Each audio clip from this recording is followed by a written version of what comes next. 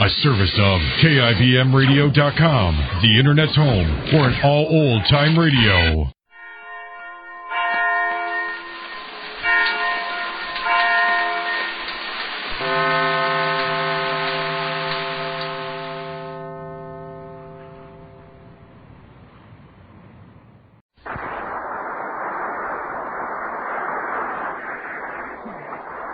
And now for the Spaniard that blighted my life, Jack Benny. Oh, Jack. Oh, Jack. Oh, Don, I forgot to tell you, Jack just called up and said he'd be a few minutes late. He's taking a taxi right over. Oh, then I better tell Betsy to play another number. Well, why don't you tell a few jokes, Don? Oh, I don't know any, Mary. Why don't you tell one? Well, the only one I know is the one about the goat without a nose. And you know how that smells. Well, I'll tell you what. Let's tune in on a few taxicabs and see if we can find Jack. That's a good idea. Taxi, mister? Yes, quick, I'm late. Sure thing. You know, this is a radio cab. I not only take you where you want to go, but I give you entertainment besides. Yeah, that's nice, but hurry up. Yeah, where you're going and what program do you want to hear? 6th Avenue and 49th Street and the Rise of the Goldbergs. Okay, Chief. Say, what kind of a cab is this, anyway? 15 and 5. 15 for the ride and 5 for the Goldberg. I can see you weren't always a taxi driver. No, I used to be a master of ceremony. Did you ever hear the one about the peacock? No. It's a wonderful tale. There always was. And don't pull any of those jokes. You know, I'm a master of ceremonies myself. Oh, yeah? Well, why ain't you driving a cab? Say, driver, just watch that road ahead of you, will you? Hey, don't worry about me. I've hit over 100 pedestrians and there ain't one mark on this cab. Well, that's good. Come on, step on it. I'm late now. Hey, what's the big idea? That streetcar won't get over. Oh, it won't, eh? Well, you'll have the same trouble with the Empire State Building. Take it easy. Well, can you imagine that? I can't beat that red light. Isn't that too bad? Hey, Bud, you've only gone 3 blocks and the meter reads 60 cents. What's the idea? Well, you see, you're the first customer today, and the meter's jumping for joy. That's good. Some fun. Go ahead. There's the whistle. Doggone it. She stalled again, and I can't stand it. Can you imagine that? Yeah, in fact, I'd have bet on it. You say, when you're as old as this cab, you'll stall once in a while, too. Oh, there she is. Hey, you better step on it, buddy, or my program will be over before I get there. All right, kid, I'll have you there in a minute. The cop. I'll never get to the studio now. Fine mess. A rough-looking guy, too. Here he comes. Say, where do you think you're going? Hey, you'll have to talk to this guy in the cab, officer. He's in a hurry, not me. Anything wrong, officer? Do you know you were going 60 miles an hour? No. Yes. And don't you know that the speed limit is 25? No. Yes. You realize that I'm Jack Benny, the radio comedian? No. Yes. Well, you just love our new courthouse. Here, take this. What's that? It's your ticket. No! Yes! But seriously, officer, I'm in a hurry. You know, I have to broadcast tonight. Now, wait a minute. As man to man, didn't you see that red light up there? No. Didn't you hear me blow a whistle? No. Didn't you see me at all? No, 1,000 times no. Oh, well, then I'm just a failure. Yeah, you ought to be in pictures. And goodbye, officer. Goodbye. You better speed up now, Bud. I got to get to the studio. Okay, Chief. Say, were we going 60? It didn't seem like 60 to me. Well, I got those General blowout-proof tires on, Chief. They ride like cushions. Yeah, it won't help you. 10 cents is all I ever tipped. Here we are. This is it. How much? $3.10. Yeah, here's 70 cents. Yeah, that's what I meant. Gee, I hope I'm not too late. Oh, Joe. Hello, fellas. Everybody here? Yeah, we're all here. Okay, play, Don. That was T for Two from No No Nanette, played by Don Bester and his fiddlers 3, his drummers 1, and his saxophones 20. Oh, boy, am I lukewarm tonight. Huh? Well, I'm glad I got here in time to hear that last number. You've got some great men there, Don, really, but confidentially, I don't care for that cello player. Who? That cello player. You're wrong, Jack. Because there's one fellow who knows his onions. I know that, but he should learn something about a cello, too. I mean, it's none of my business, but say, Don, that fiddle player you got there, do you like him? Yeah, very much, Jack. Well, maybe I'm wrong. What's his name? Hyphus. Oh, it must be me, I guess. Well, anyway, tonight, folks, we have a thrilling... Say, Jack. Oh, there you are, Wilson. Where were you tonight? Oh, I was a little late. I dropped in to see a picture, and you should have been there, Don. You'd have cried your eyes out. Oh, why? Was it that sad? No, the picture was all right, but a fella came out and sang Wagon Wheels, and I know how you like General Tires. You'd have cried your eyes out. Well, I saw a picture this afternoon, and I really did cry. Yeah, what picture was that? Wild Garbo. That's Wild Cargo. There's nothing to cry about in that picture. There isn't. Imagine paying 75 cents in the balcony at a matinee. Oh, I see. Anything over 10 cents is dramatic to Wilson, Which reminds me, folks, I read in the paper today where Harry Lauder is swimming over for another tour of America. You reminded me of that, Wilson. Say, Jack, I hear you're going out to Hollywood next week to make a picture. Yes, Bester. Who told you? No, I saw it in the papers. How do you think you'll do in pictures, Jack? Oh, all right. I don't know. I guess I ought to be as good as William Powell or Clark Gable. There's really no difference between us. Of course, William Powell has a nice mustache. Well, I can raise one in 3 days. That's nothing. And then look at Clark Gable. He has a cute dimple in his teeth. Oh, well, that's easy. I can have 3 of my side teeth pulled out. That'll help. Gee, Jack, I think you'll just be swell in pictures. Do you really think so, Mary? Sure, there's always room for another Boris Karloff. But I'm not a Karloff, Mary. No, but you're certainly Boris. Oh, is that awful? Who wrote that? Listen, Mary. Mary, what I haven't got for pictures, I can borrow. You know that. What do you mean? Well, if I play a Napoleon part, I can borrow a uniform. If I play a Tarzan part, I can borrow a leopard skin. How about sex appeal? That's the only thing I'm worried about, Say, but what has sex appeal got to do with it, Mary? You love me, don't you? Yes, but do I know what I'm doing? Play, Don. I'm going to look in the mirror. Believe me. That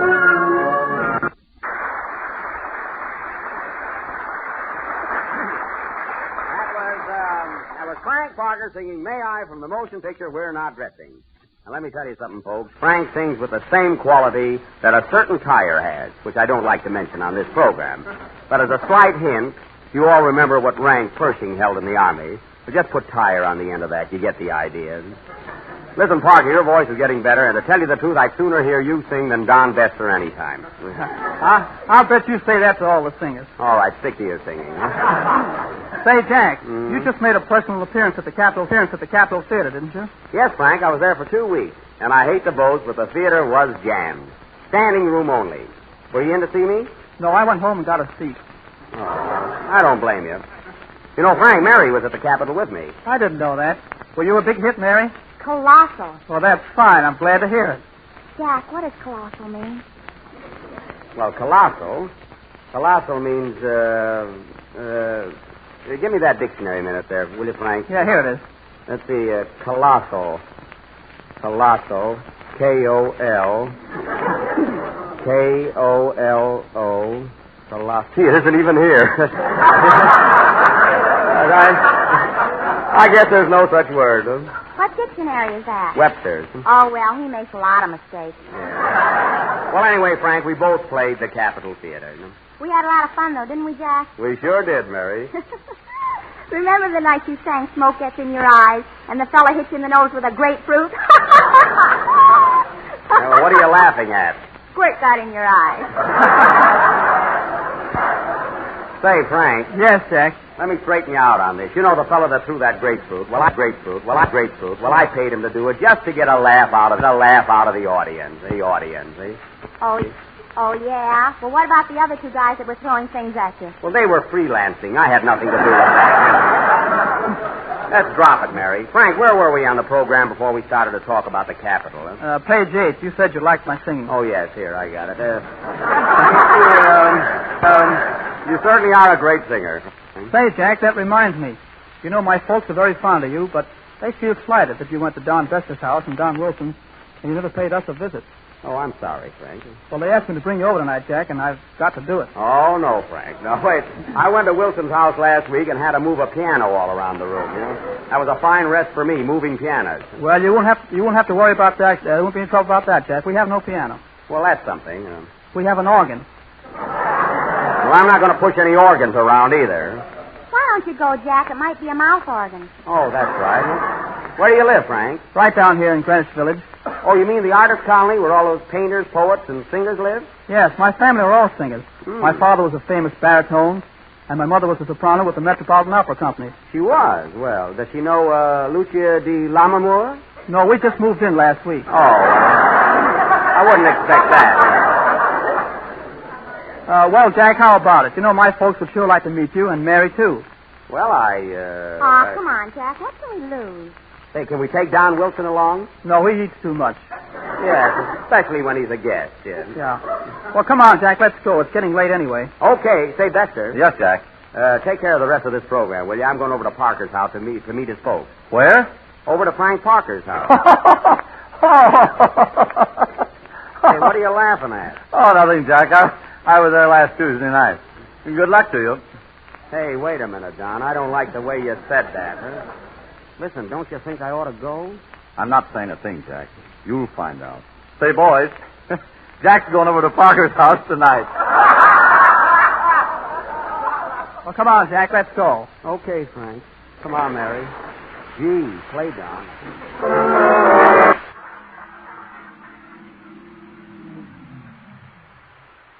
Yep, here we are. 296 Washington Square. Yep, this is it. How much is it, driver? $3.10. Oh, the same guy, eh? Here's 70 cents for you. Yeah, that's what I meant. It's funny I never can think of that number. So this is the place, eh? Quite an old house, isn't it, Frank? Eh? Yes, but it's nice inside. You know, artistic environment and everything. I bet the rent's cheap, too. What a dump. Quiet, Mary. Well, let's go up. The folks are all waiting.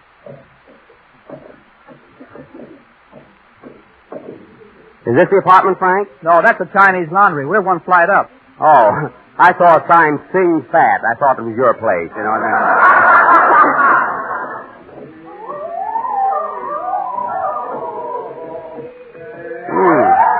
Sounds like all the folks are at home. Huh? Well, here we are. Now, right this way into the parlor. Nice place you have, Frank. Gee, it's swell up here. Well, whose picture's that on the wall? Why, that's Caruso. Remember him? Oh, sure, Robinson Crusoe. Oh, you can't fool Mary, huh? Now, just make yourselves at home, and I'll call the folks in. Okay, Frank. What are they doing now? Oh, just practicing arpeggios. Oh, you mean the scales? Yes, notes to you. Notes to you, too. Now, that's too good. They come here to be insulted. Fine. Have to insult me on a program, huh? Come into the next room, Jack. I want you to meet my father. Sure, Parker. Where's your father? Tipo, signore. Father. Father, I want you to meet Jack Benny. Don't bother me, son. Signore. It's all right, Frank. It's all right. No hurry. Father, this is Jack Benny. Oh. Ladrone mobile, how do you feel today? So you're Jack Benny, and this is Mary. I get into more I am trouble. glad to know you. Let's play pinochle. A nickel, 100, and the cards are all right, too. Oh, the cards are all right here. That was The Cards Are All Right Here by Frank Parker, Sr. and Jr. Jack, ask him if he knows Lazy Mary. Will you get up? Oh, wait, here comes Mother. Mother, this is Jack Benny and Mary Livingston. Ah, good evening, Mrs. Parker. La la la la la la la la la. I'm feeling fine. And how are you, Mr. Benny? I'm feeling fine, but who can tell? I'm looking good and feeling swell. I'm eating well, but who can tell? Nice. Well, Mary, how do you like Mother's range? I like her whole kitchen. You know, Parker, your mother looks fine, but your dad doesn't look so well. Well, Dad's leading a Faust life. Hello, Frank. Hello, Jane. Oh, Jack, I want you to meet my sister Jane. Jane, Mr. Jack Benny, and Mary Livingston. How do you do? What is this, anyway? With a hey, nutty, nutty, and a hot cha-cha. For heaven's sake, Frank, what was that? Huh? Well, she's the black sheepess of the family. Oh. She works in a nightclub. Oh, Jack, look at that pretty bird. Yes, that's our singing canary, Jack, and what a singer. Come on, sing something, Primo. Oh, Primo Canary. Oh, I knew I saw that bird somewhere. You know, that little bird listens into all of our programs. Well, isn't that nice? Primo, what do you think of our announcer, Don Wilson? You said it. Yeah? I resent that. Frank, turn off that radio. Oh, look, Jack, they even have a singer sewing machine. Mary, this is the General Tire program. Oh. I imagine you folks must be very hungry. Would you like something to eat? Yes, yes, yes, yes, yes. Me too. I think we have some marble cake. I'd rather move cannons. And onions. Say, Jack, would you like some of that? No. I'd like some chili and some beans. This is the silliest program we've ever had. Let's call the maid. Fifi, what have we got to eat? Well, we've got some Oh, Hungarian Rhapsody. I'll have some of that well done. What do you want, Mary? I'll have some Mendelssohn spring sauce. That song, Mary. Oh, order your own meal. Fifi, take care of the guests. Now, listen, let's have some fun while we're waiting. How about the radio? Let's tune in on the radio Again. and hear the General Tire Show. The show. That's right, Mr. Parker. Tune in and see what our boys are doing.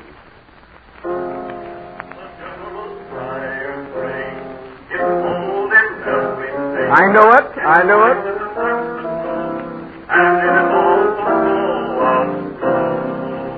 Turn off that radio.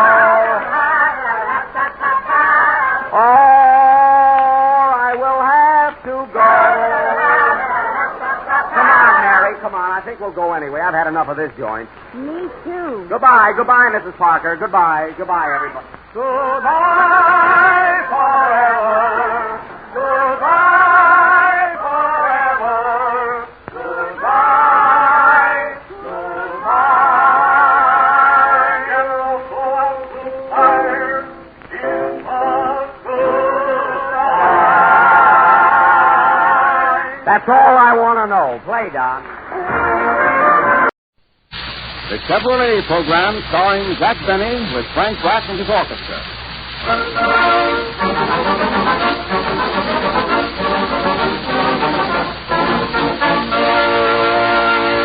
Frank Black opens the program with the start of the big parade.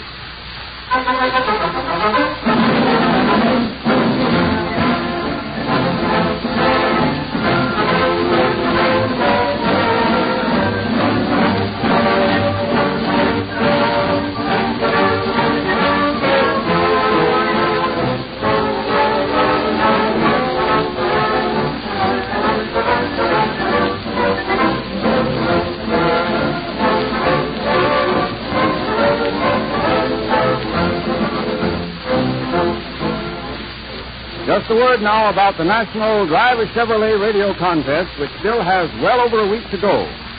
This contest features the giving away absolutely free of 30 new Chevrolet cars during April. So far, entries have been received from all types and all classes of people: taxi drivers, storekeepers, doctors, elevator boys, farmers, clerks, policemen, factory workers. And one of the most interesting things about the entries already received is the way so many people emphasize Chevrolet economy. Some talk gasoline mileage and mention figures of 20 miles to the gallon, 22, 24, often higher. Others write about Chevrolet's very low oil consumption. And nearly everybody entering the contest has something good to say about Chevrolet's dependability, its unusual capacity to stand up and take punishment month after month, without having to run to the service station? Have you made your entry as yet in Chevrolet's radio contest? Have you gone to a dealer, taken a ride in the car, and written down on the entry blank your own particular reasons for liking the new Chevrolet? If not, by all means get started now before it's too late. The contest lasts only 9 days longer, and the quicker you get your entry in, the better your chances of winning a new Chevrolet 6 absolutely free. Incidentally, later in the program, we shall announce the names of 7 persons who have been chosen as the winners of the free cars given away during the past week. Listen for this announcement.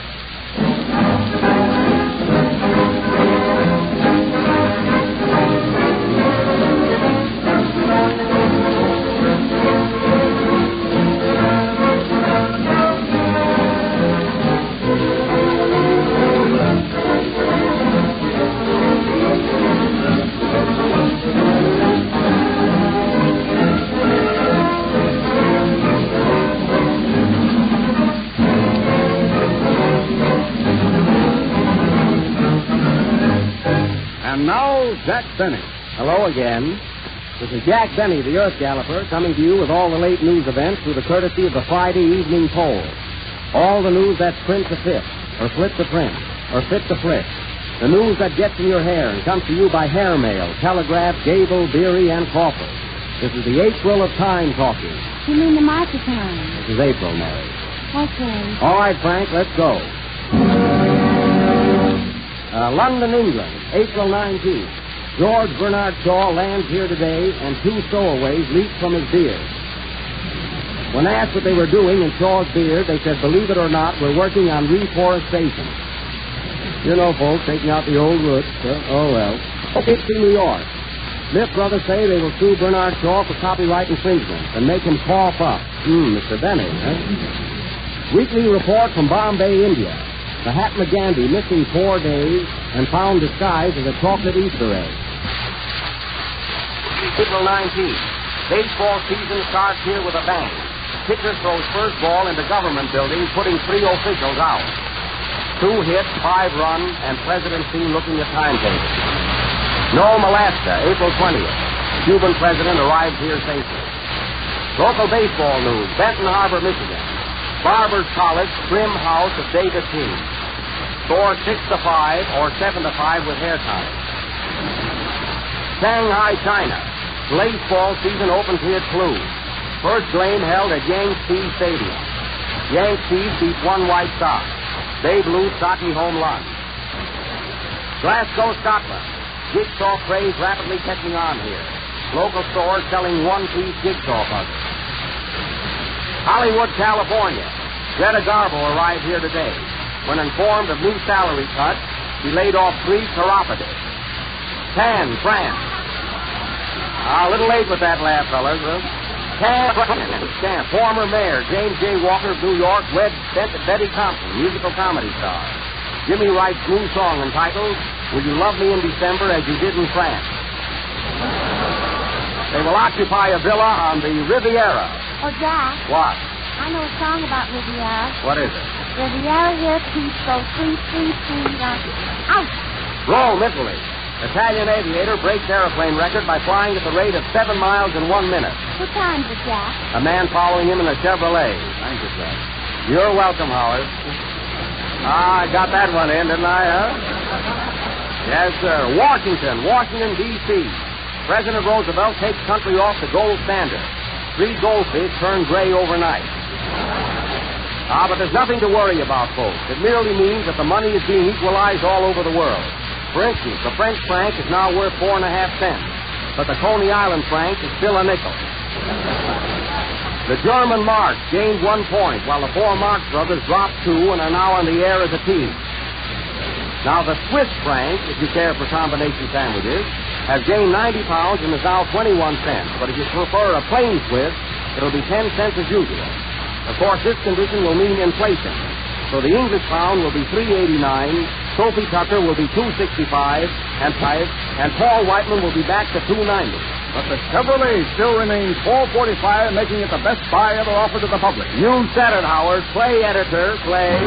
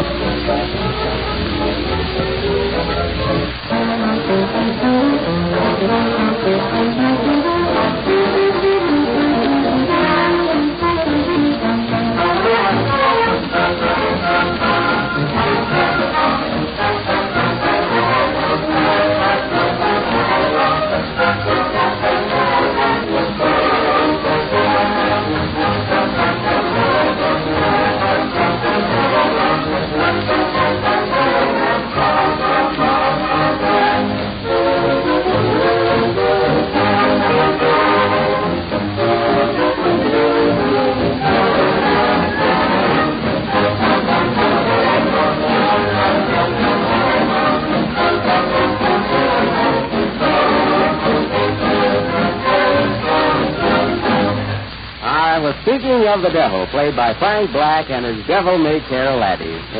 And now, ladies and gentlemen, I'm going to step away from our regular program for just a moment and do something that really takes a lot of nerve.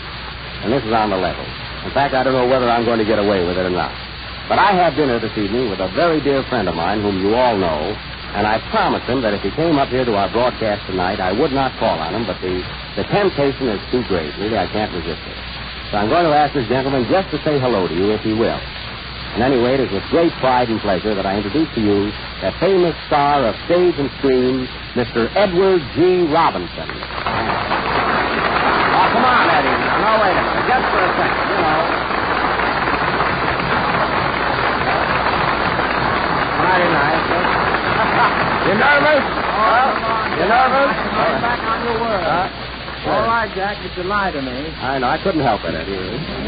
Well, ladies and gentlemen, this is as much of a surprise to me as I know it must be to you. Nevertheless, I'm very happy to have this opportunity to say hello to my friends and to thank them for their good wishes on my having become a father. Oh, yes, I forgot about that. Say, Eddie, Say, Eddie, listen. Eddie, why didn't you bring the kid along up here? You should have done that, you know. Oh, no, Jack. I'm bringing that boy up right. Yeah, right. In that little nursery of mine, yes. I set up a shooting gallery. Oh, I see. And this is his hour for target practice. Oh, already, I see. You're starting that already. Well, look at Eddie. Eddie, one thing you say, I want to ask, I know you're dying to sit down, but I want to ask you one thing. What character, I really want to know this, I know a lot of people do, what character do you like best to play on the screen? Well, now, I'll tell you, Jack. What? You ought to see this kid of mine. I know. No, really. He gets up every morning. I know, Eddie, really. I appreciate that, Eddie, yes. But what I meant to ask you, I mean, what character do you like to play on the screen? Well, Jack, and this kid's bright. Really? No. Not because he's mine, but everybody that comes in contact with him will tell you the same thing. I know. You know, he spoke his first word yesterday. Really? What did he... And what do you think he said? What? Gaga. No kidding. Huh? Really? Gaga? No kidding. I can't, huh? Yeah, I know it sounds silly. It isn't the word, just Gaga, but it's the thought that he puts behind I know what yes, I can see that. There must be a very sweet thought connected with Gaga. Yes, I can see that. Yes. The essence of that. I know, but look at Eddie. Oh, you're ad-libbing, eh? Now look at Eddie. No, wait a minute. I want to... No, really, but I'm serious about this. What character do you like to play on the screen? What character? That kid can play any character. I know, Eddie. Well, I got into this. Well, I'll tell you, Jack, what? if you're going to pin me down to that, there's no character I'd rather play in the part of a father. Well, I don't blame you, Eddie, and thanks very, very much. It's mighty sweet of you to come up here. And really, that was swell. Eddie, I want to tell you, really, this is the finest tribute that I've ever had taken. I really do. Jack, was that Edward G. Robinson, the movie star? Yes, Mary. Oh, I think he's swell. You know, I saw him in a Shakespearean picture, Julius Caesar. Mary, you mean Little Caesar. Little Caesar. Oh, no wonder Cleopatra wasn't in it. Sit down, will you, Mary, please? Say, Jack. Oh, Jack, weren't you in Hollywood, too? Oh, sure, Frank. I was there 2 years. You know, I made about about 17 screen tests. Yes, I did. There were... Well, didn't I see you in the Grand Hotel? Yeah, but don't say anything. I was supposed to be at a meeting that night. You know what I mean? But Frank, I really did make a few feature pictures. Now, I was in one called The Hollywood Review, then I made a couple of others, too. I never hear you talk about it. Well, I'm modest, you know. And I don't talk about it either. Well, they're modest, too, you know, Frank. But, you know, Rita, I had an offer, Frank, to go back to Hollywood recently. They want me to work with Tom Mix. Want to sort of team up with him, you know? Team up with Tom Mix. What's the matter? Is Tony sick? Frank. Oh, God. Frank, professional courtesy. You know what I mean? Jack. What? When Mickey Mouse is in the picture, maybe you could play that. Folks, the way we get by with these movie picture jokes is a cinema. Oh, Mr. Benny, please, I'm apologizing. Well, I must not tarry any longer. Now we're going to have a song by your old friend Jimmy. James Melton will sing L'amour, toujours l'amour. Is that it? No. By Rudolph Rimbaud. Say, Jimmy, that's a little French number, isn't it? Yes, Jack. You don't speak French, do you? Oui, Chevrolet Coupe. That's not French. I know, but it's time to mention our product. You know, play, Frank, play.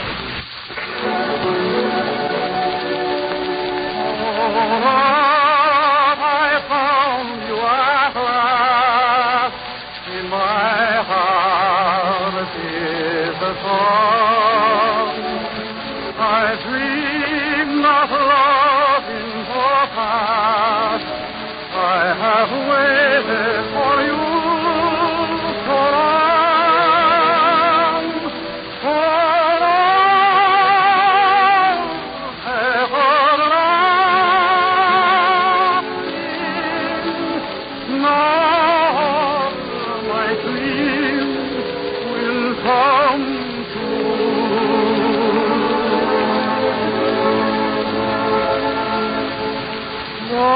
L'amour, toujours l'amour.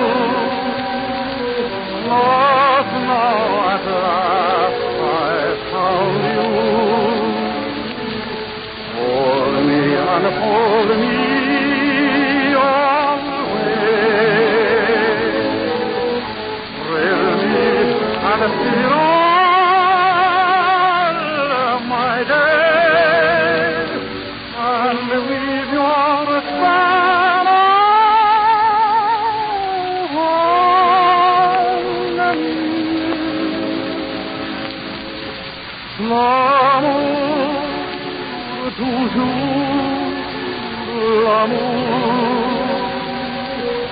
Sing to me, love sweet, old story.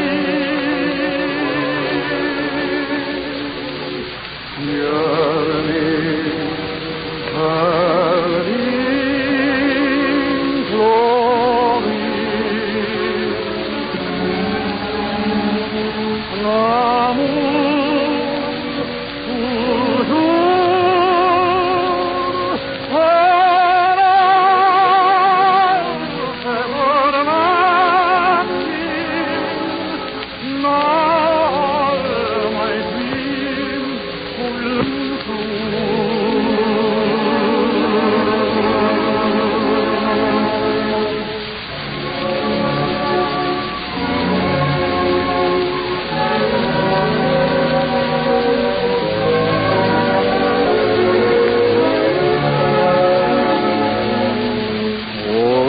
And hold me always.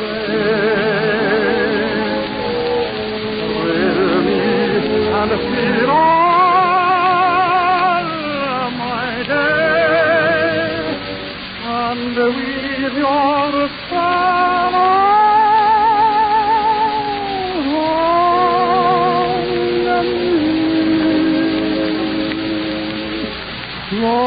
me. Toujours l'amour. Sing to me all sweet, all story. Yearning, burning glory.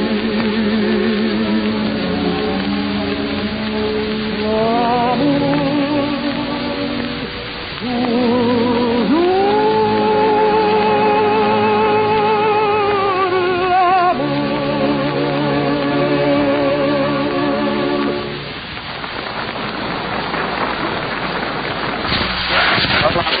Lumbo. And now, folks, I know that a lot of you are sitting on the edge of your chairs waiting to hear if you won a car in the Chevrolet radio contest. So Howard Claney will promise not to give you a selling talk. You won't, Howard, now, huh? All right, I'll give him a minute to announce the names of this week's winners. Good luck, folks. I hope you win a car. Go ahead, Howard.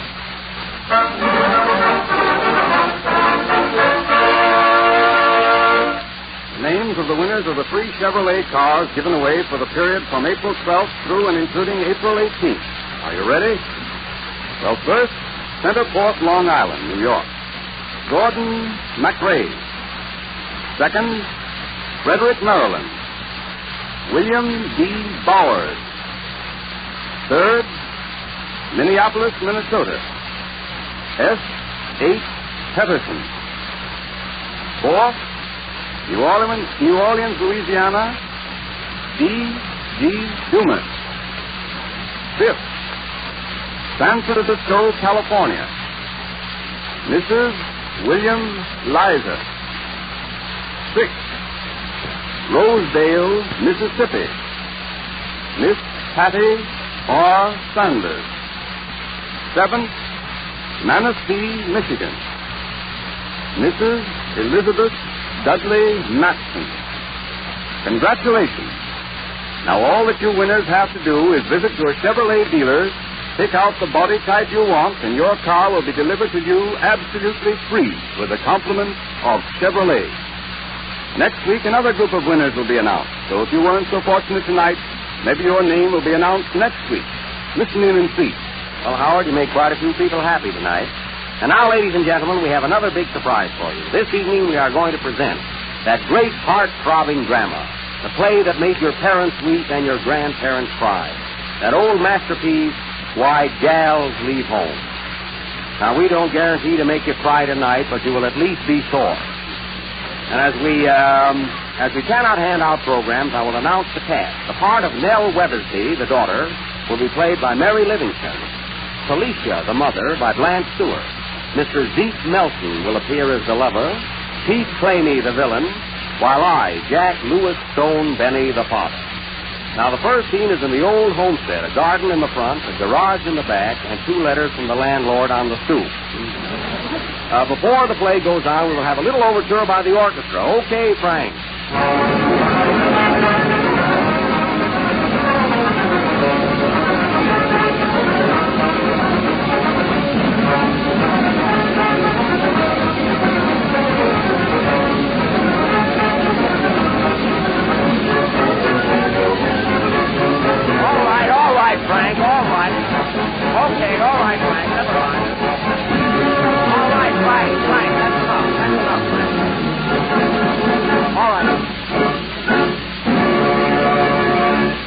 In the first 2 acts, I think. And now for our play, Why Gals Leave Home. The first scene is in the kitchen of the Weathersby house. Wait till I get my wig on, folks. Mary, did you see my wig anyplace? Yes, Jack, it walked away. Well, never mind. Places, everybody. Music, Frank. Curtain.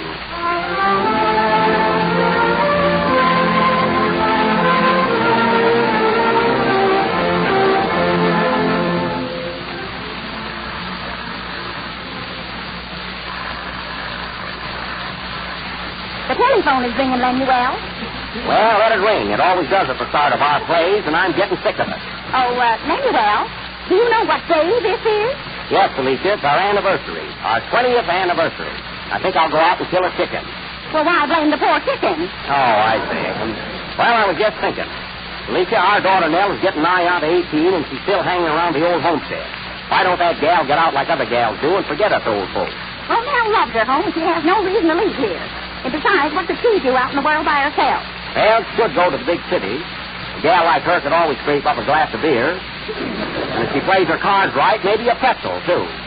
Well, I don't think she cares for pretzels. Oh. Besides, I spoke to her, and she won't leave home. That's because you don't know why gals leave home. And she's getting at that age now where we got to tell her.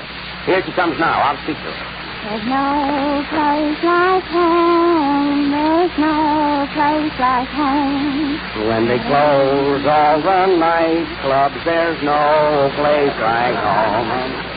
Oh, Nell? Yes, Nell. Daddy? What you doing? Well, I just chopped some wood, and I'm going to scrub the floors and then go out and paint the old barn. Gee, I love this place. Oh, you do, eh? Well, I guess it's our fault. Sit down, Nell. We'll have a bite of dinner, then I want to talk to you.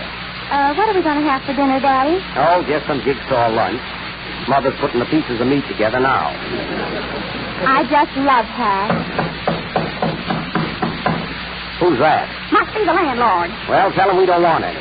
Oh, Jack, just another thing I forgot to tell you about my baby. Oh, Mr. Robinson, wait a minute. Listen, Mr. Robinson, please, we're acting.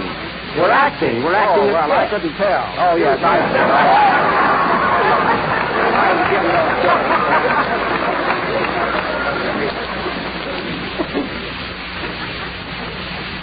Hello? Hello? It's for you, Nell. It's that Zeke Nelson. He's been calling you twice a year. I think he's stuck on you. Hello. Oh, hello, Broken Hanson. Why don't you come up sometime? Nell. What's that? No, Zeke. I can never marry you. Never. Besides, I have to ask Father. Oh, Daddy, Zeke wants me to marry him. Well, it's all right with me, gal. He's a nice boy. Father said no, Zeke. What's that? You're coming right over? All right, goodbye. Hey, what's the matter with you, Nell, anyway? Why don't you marry Zeke? Because I'm Zeke and tired of him. Oh, why don't I give myself those jokes? Besides, I love this home and I'll never leave. Well, you might as well, because we'll all be thrown out next month. Oh, I see. Sam seems to be glad of that. Come in. Hi there, folks. Hello, Zeke. Got here quick. Sit down and have a bite of dinner with us. No, sirree. I hit here once. Got big as a dog, too. Yeah. Well, I noticed the resemblance. What's on your mind, Zeke?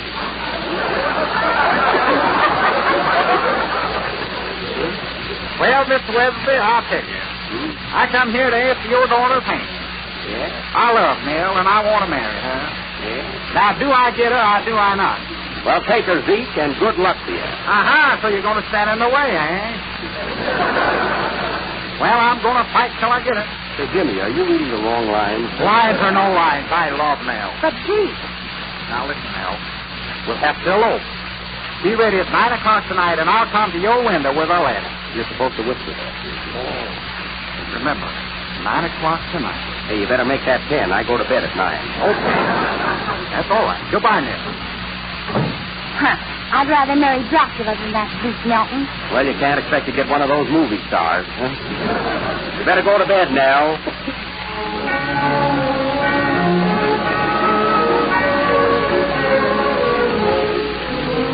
We now go into scene 2 at the window of Nell's room. It is 10 o'clock and pitch dark.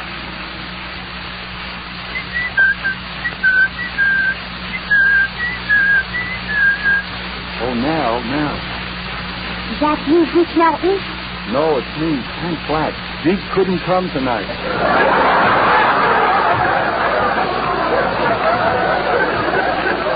Did you bring your orchestra, Frank? Where are you? I'm up here on the ladder. Hurry up. We've got to get away. No, I can't leave home. I won't leave. Besides, you have to ask Bob. Where is your father? I'm down here holding the ladder. You better hurry up, Nell, before Frank changes his mind. You know Zeke did. Yes, Nell. Come away with me, and I'll make you happy. No, 1,000 times no. Better make that 200. It's a short program. I can never marry you, Frank Black. All right, then. Farewell. Farewell, cruel world. What are you going to do, Frank? Kill yourself? No, I'm going to kill Zeke. It's his jail. Yeah, looks like I'll never get rid of that daughter of mine. Who's that? It's me, Pete Claney. Hello, Pete. What are you doing here this time of night? I love your daughter and I want to marry her. You too? Hey, Frank, get off the ladder and make room for Pete. Be careful there, Pete. Don't fall. Nell. Who is it this time? It's me, Pete Claney. I've come to take you away from here. No, Pete, I can never leave home unless I have a good reason. For heaven's sake, Pete, give her a reason. I love you, Nell. Isn't that enough? No, love isn't everything. Give her another reason, Pete. I have money, loads and loads of it. Pete, if she turns you down this time, I'll marry her. I don't care for money. That's only in the play, folks. And another thing, Nell. I have a car. What kind of a car? Here it comes, folks. Here it comes. A Chevrolet, the most dependable car in the low-price field. Chevrolet, that's what I've been waiting to hear. Goodbye, Daddy. Goodbye. I'm going with Pete. Another victory for Chevrolet. The reason why gals leave home. Goodbye now.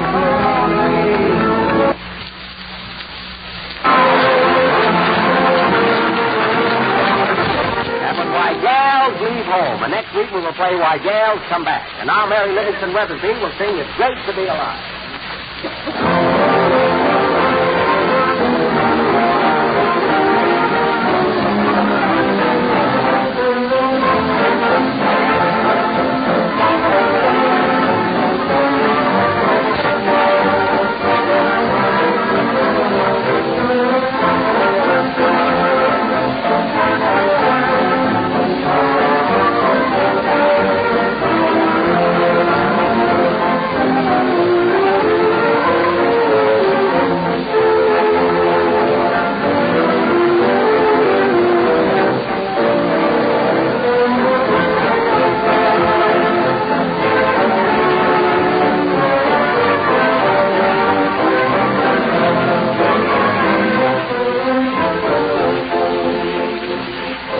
Only 9 days left in Chevrolet's radio contest. Only 9 more days in which you'll have the opportunity to win a new Chevrolet 6 absolutely free. So by all means, get over to your Chevrolet dealers without further delay. And remember, if you buy a new Chevrolet during the period of the contest and then win a free car, you have your choice of accepting either the free car or its equivalent in cash. Chevrolet offers every motor car buyer and every winner in the contest his choice of 11 big 6-cylinder models, priced from $445 to $565, FOB, Flint, Michigan. Mary didn't have a chance to sing for you, but it's a little late now. And again, I want to thank Mr. Robinson for appearing on this program. I hope he makes me an offer for the picture rights of our plays. Well, let's go, Mary. All right, Lem. Jack's the name. Good night, folks.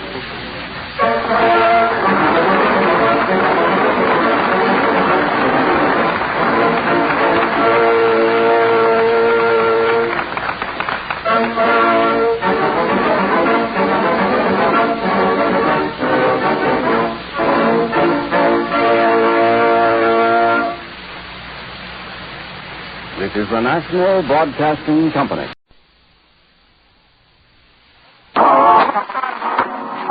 Another half hour of music and entertainment starring Jack Benny. The orchestra opens the program in the 6/8 tempo with a medley of old favorites.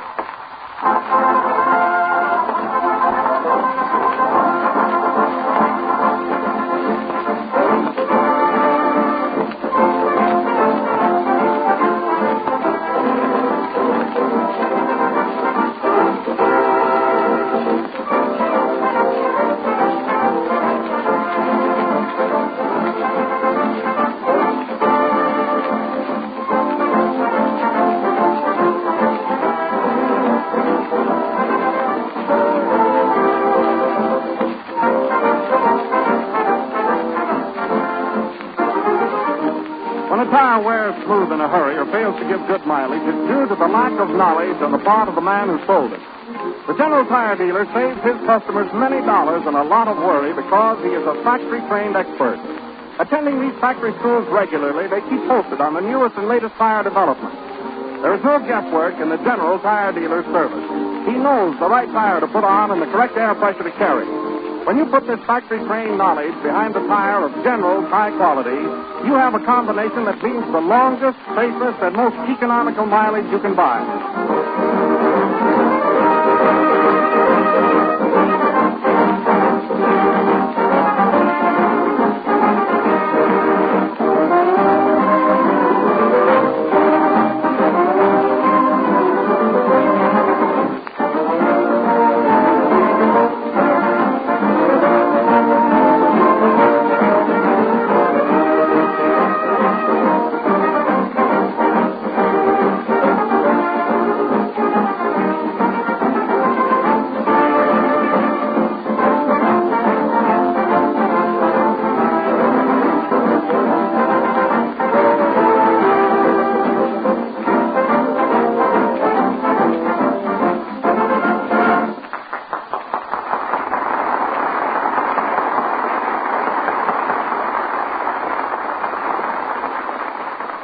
And now for that funny comedian, Jack Benny.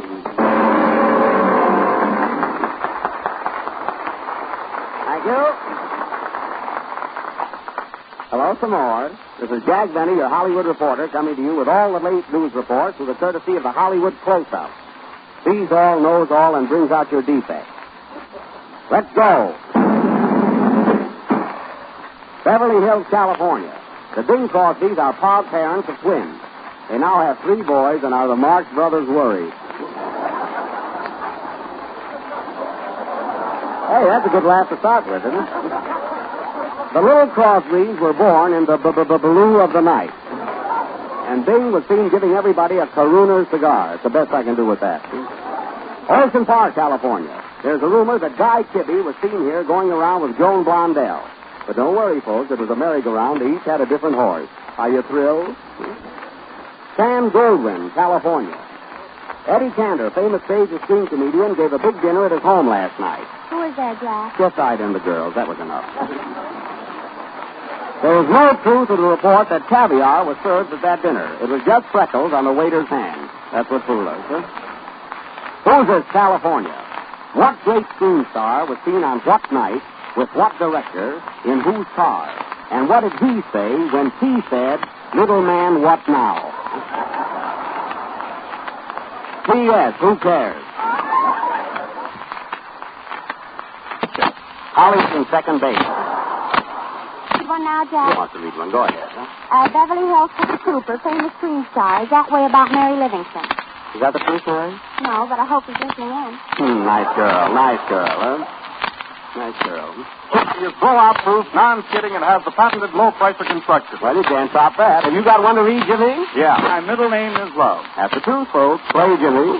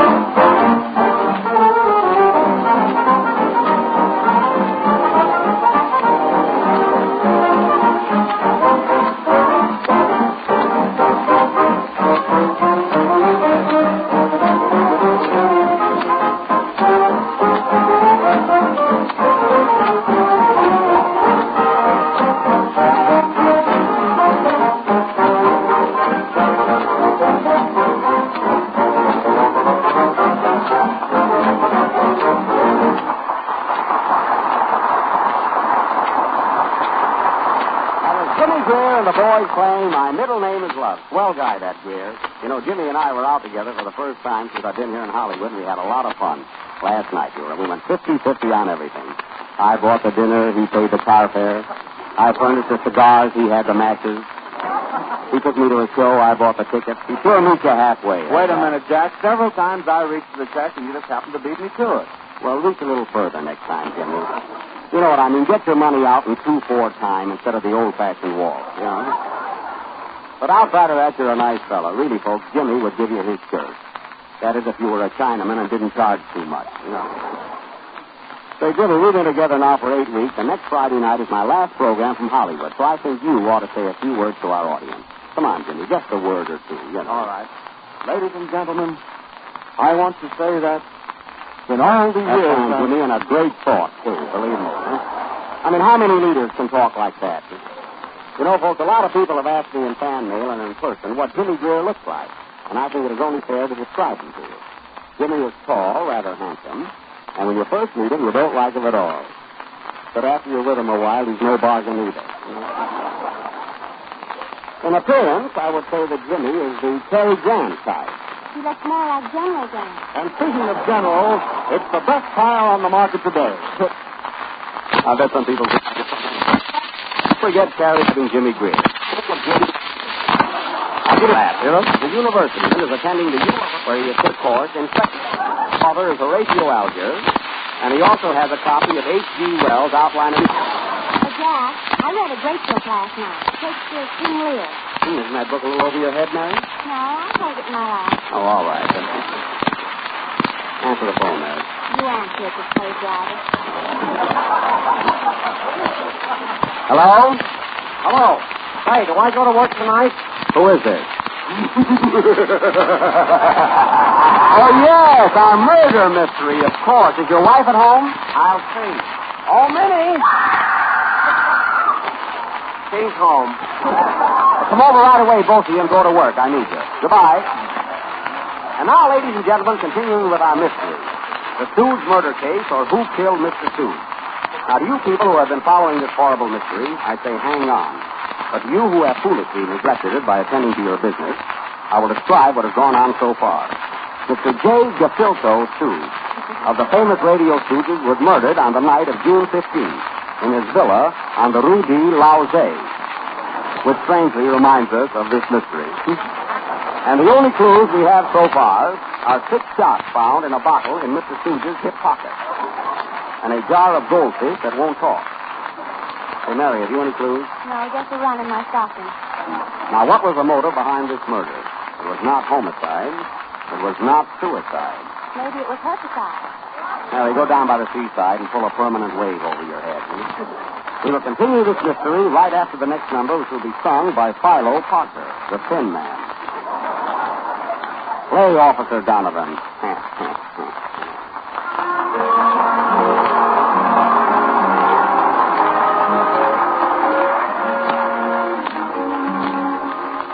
I have an ear for music, and I have an eye for an air. I like a pretty girlie with each pretty tune that plays.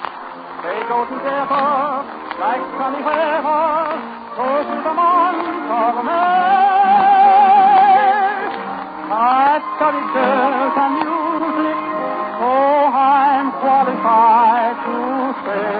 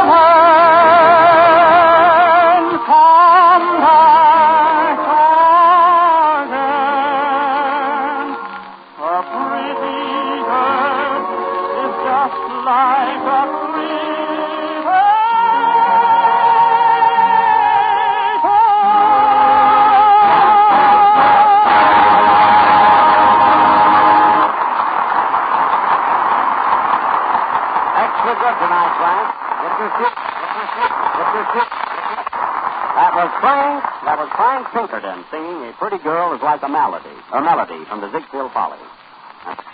And now... And now for that battle of wits with the underworld.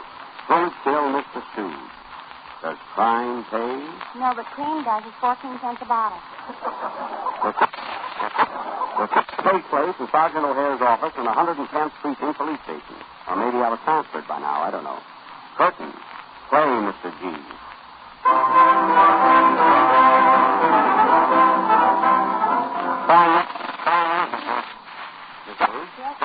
Where's Officer Clancy? The judge gave him 10 days for vagrancy. Well, get him out. After all, he's a policeman.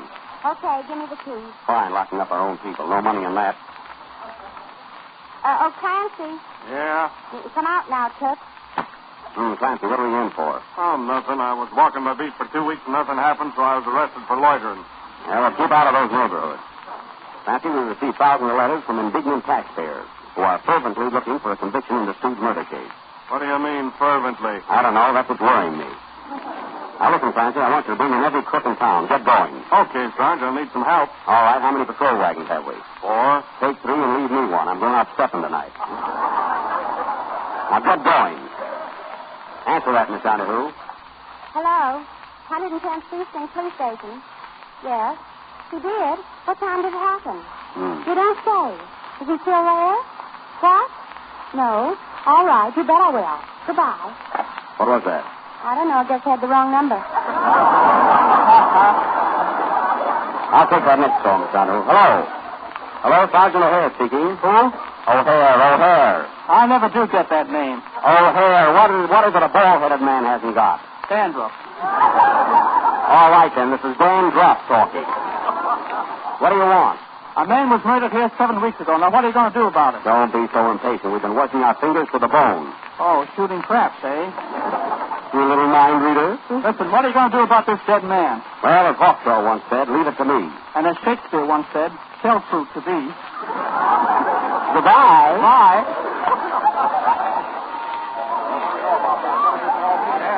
Why, this is an outrage. They can't do this to me. I'll call up the commissioner at once. I'll see the commissioner about this. Come on now. Get inside, all of you. What's this, Clancy? I cleaned up every free lunch counter, pool room, and park bench in town. They're all suspicious characters. It looks like the gang I've been trying to round up for weeks. Look at those faces. Which one of you is the leader? I am, and this is my orchestra. Wait a minute. I've got a hunch. Nobody leave this room. Oh, Miss Donahue. Yes, Sarge. Get me Oxford, 3131. Okay. Operator, get me Gladstone 9473. I asked for Oxford, 3131. Well, this is the best way to get it. Hello? Here you are, babe. Hello? Hello, who is this? Police headquarters. Sergeant O'Hare speaking. Who? O'Hare. I'm not catching the name. O'Hare, what have you got on your head? My brother. We're acrobats.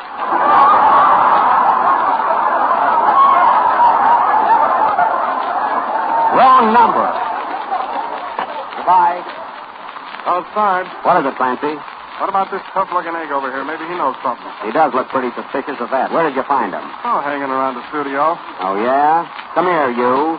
What's your name? Bill Baker.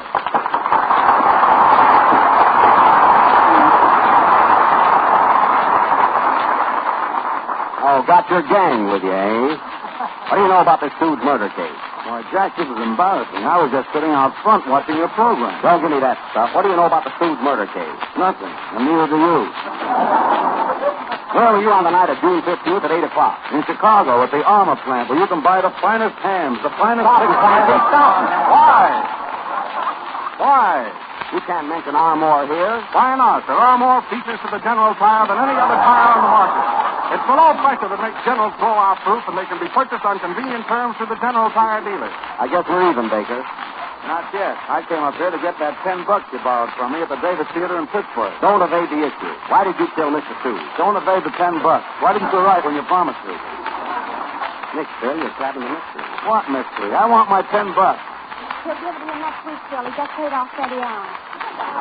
Quiet, Miss Donahue. Clancy, who's that other egg over there? Oh, he came in with Baker. Yeah, come here, you. What's your name? My name is Bottle, sir. Bottle, eh? Your name is Bottle. What's your first name? Nicholas Murray. Nicholas Murray Bottle, I see. You know who I am, don't you? Oh, yes, yes. Jack Wynn, the tire chief.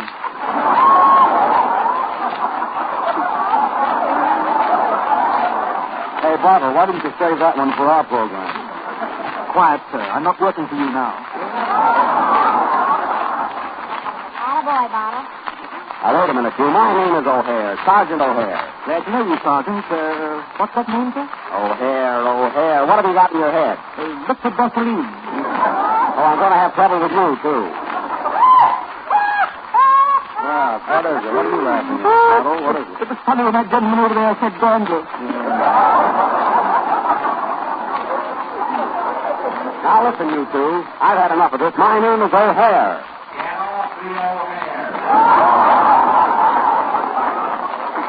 Who was that? That's Beetle, Jack. Oh, Beetle, eh? Oh, we're haunted here, too. Now, listen, Beetle. Do you know who killed Mr. Stooge? Yes, I do. Who did it?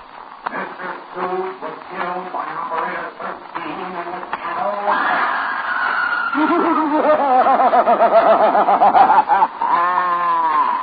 This clue will be continued next Friday night. To try and solve this mystery, your guess is as good as ours. Play Beetle, Bottle, or Jimmy. Stick around, Phil. We'll have some fun later on the program. You haven't got another bottle with you, have you? Huh? Got another bottle? Huh? All right, play.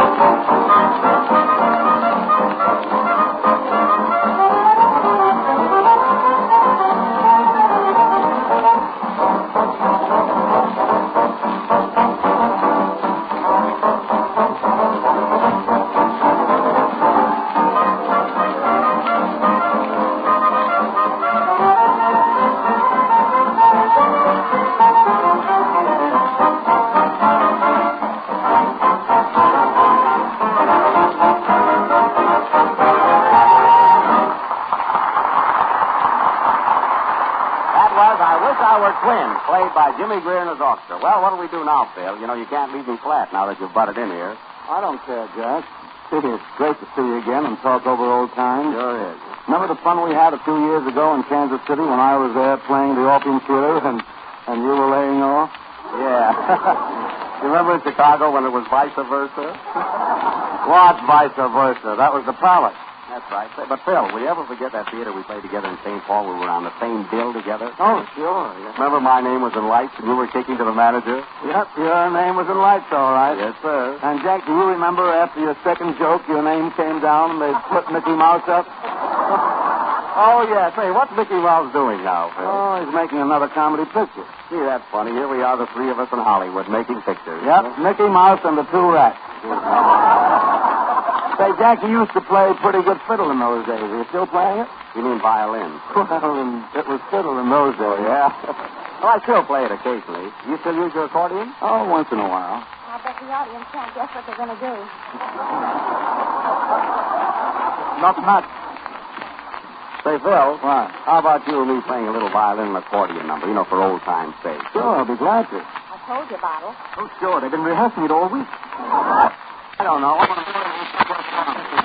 folks would like to hear? Any number at all. Love thy neighbor. Humorette. Okay. Doesn't make any difference what you call. We'll play humorette. Humorous, is that it, Phil? Yeah. How does that go, humorous? Humorous? Wait a minute now. What do they want? Humorous or love thy neighbor? Huh? Love thy neighbor. Love thy neighbor? How does it go? Let's play. How does it go, love thy neighbor? Love thy Never neighbor. mind the truth. How does love thy neighbor go? Dum-da-dum. Oh, love thy neighbor. Sure. Let's play love thy neighbor. Now, give me A. And give me A. Sure enough. All right, humorous. Ready?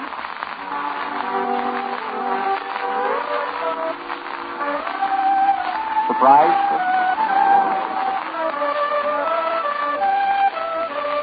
You are. Armored Hammett is the best, and General Tire beats the rest. Love thy neighbor.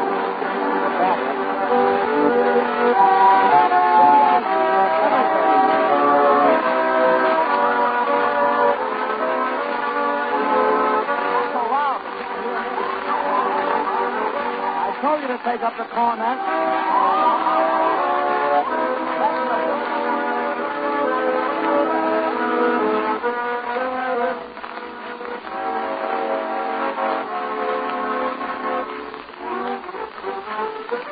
Good hot,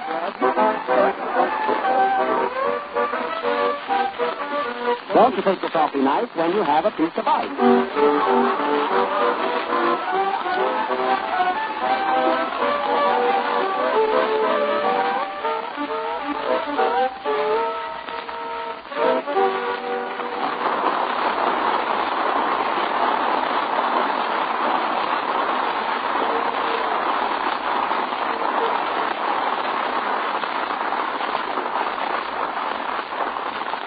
That was Phil Baker and Jack Benny playing Humorous. And humorous anybody about the general blowout proof tire, and you will find that.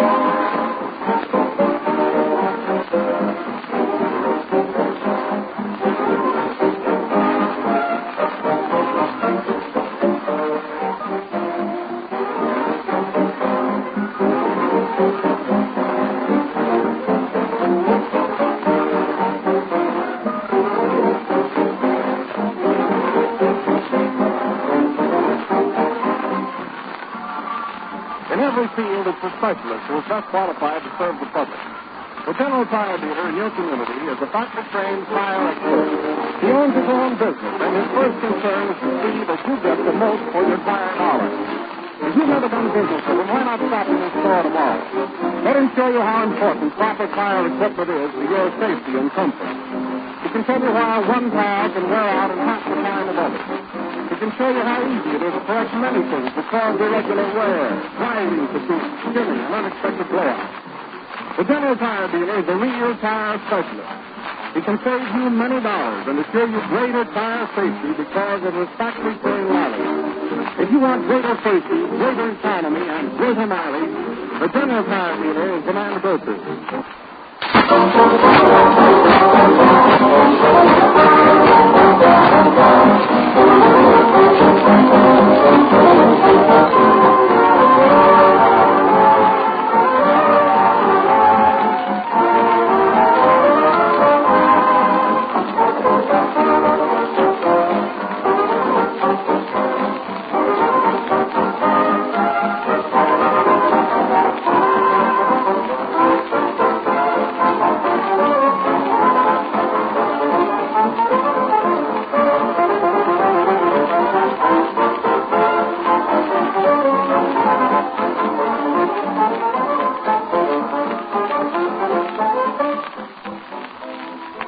This is the last number of the 16th program in the General Tire series. Be sure and listen in next Friday night and find out who killed Mr. Stooge.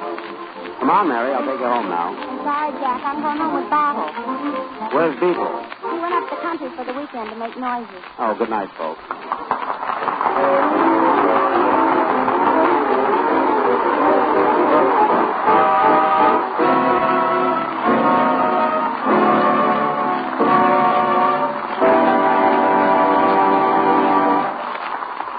The General Tire program starring Jack Benny has come to you from the NBC studios in Hollywood, California. The tune Shine on Your Shoes is from the production Flying Colors.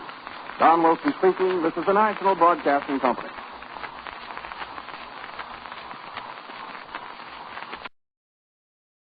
Another half hour of music and entertainment starring Jack Benny. The orchestra opens the program in the 6/8 tempo with a medley of old favorites.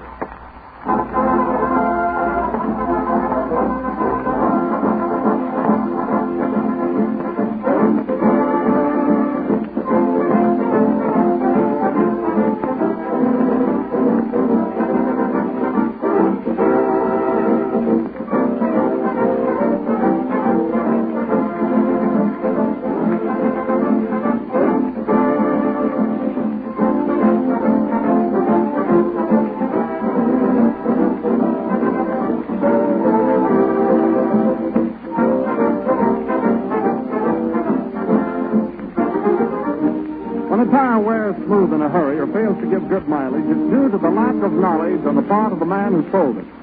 The General Tire dealer saves his customers many dollars and a lot of worry because he is a factory-trained expert. Attending these factory schools regularly, they keep posted on the newest and latest tire developments. There is no guesswork in the General Tire dealer's service. He knows the right tire to put on and the correct air pressure to carry. When you put this factory-trained knowledge behind the tire of General's high quality, you have a combination that means the longest, safest, and most economical mileage you can buy.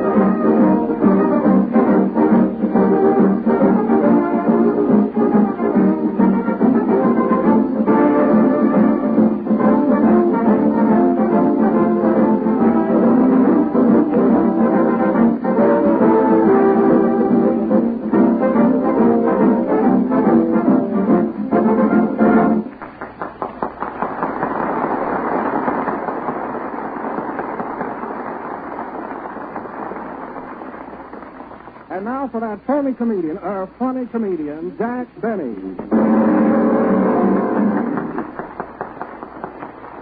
Thank you.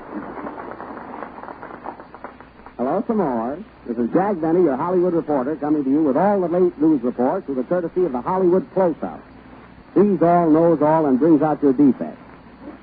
Let's go. Beverly Hills, California. The Bing Crosbys are proud parents of twins. They now have 3 boys and are the Marx Brothers worried. Hey, that's a good laugh to start with, isn't it? The little Crosbys were born in the blue of the night. And Bing was seen giving everybody a Corona cigar. It's the best I can do with that. Ocean Park, California. There's a rumor that Guy Kibbe was seen here going around with Joan Blondell. But don't worry, folks. It was a merry-go-round. They each had a different horse. Are you thrilled? Sam Goldwyn, California. Eddie Cantor, famous stage and screen comedian, gave a big dinner at his home last night. Who was there, Jack? Just I and the girls. That was enough. There is no truth to the report that caviar was served at that dinner. It was just freckles on the waiter's hand. That's what fooled us, huh? Hoosiers, California. What great screen star was seen on what night with what director in whose car? And what did he say when he said, "Little man, what now?" P.S. Who cares? Holly's in second base. Read one now, Jack. Who wants to read one? Go ahead. Huh? Beverly Hills Cooper, famous screen star, is that way about Mary Livingston. Is that the truth, Mary? No, but I hope he's listening in. Nice girl, huh? Nice girl. It's blowout-proof, non-skidding, and has the patented low-pressure construction. Well, you can't top that. Have you got one to read, Jimmy? Yeah. My middle name is Love. That's the truth, folks. Play, Jimmy.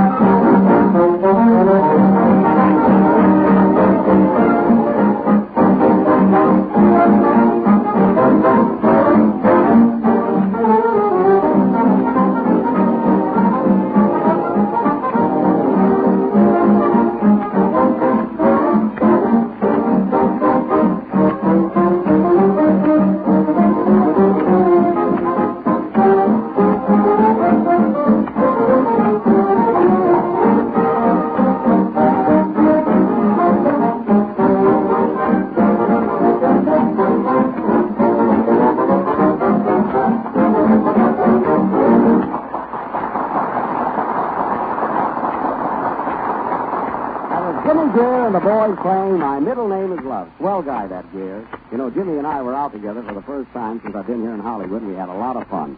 Last night, we went 50-50 on everything. I bought the dinner, he paid the car fare.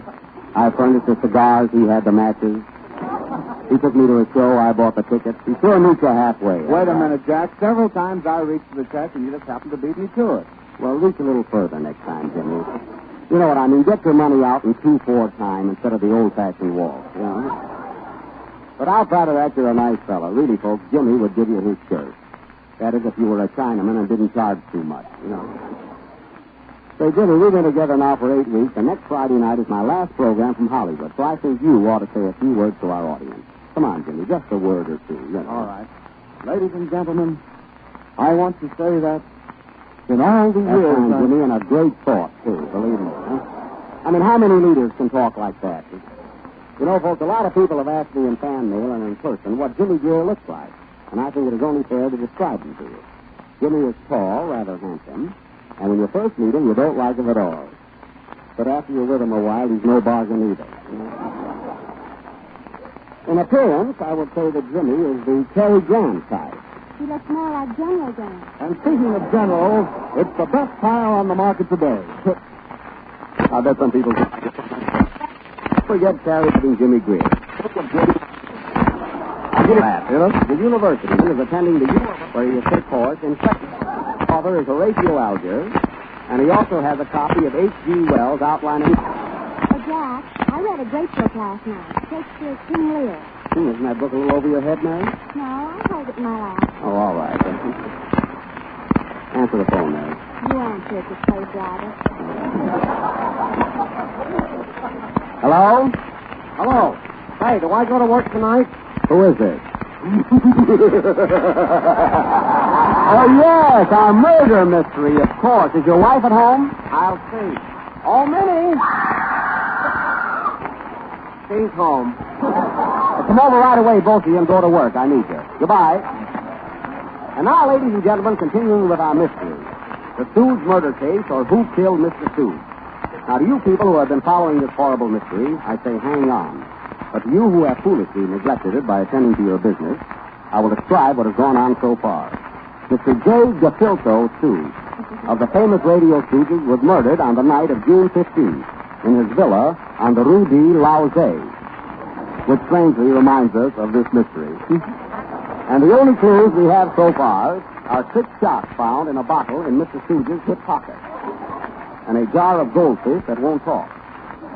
Hey, Mary, have you any clues? No, just a run in my stocking. Now, what was the motive behind this murder? It was not homicide. It was not suicide. Maybe it was herpicide. Mary, go down by the seaside and pull a permanent wave over your head. We will continue this mystery right after the next number, which will be sung by Philo Parker, the Thin Man. Play, Officer Donovan.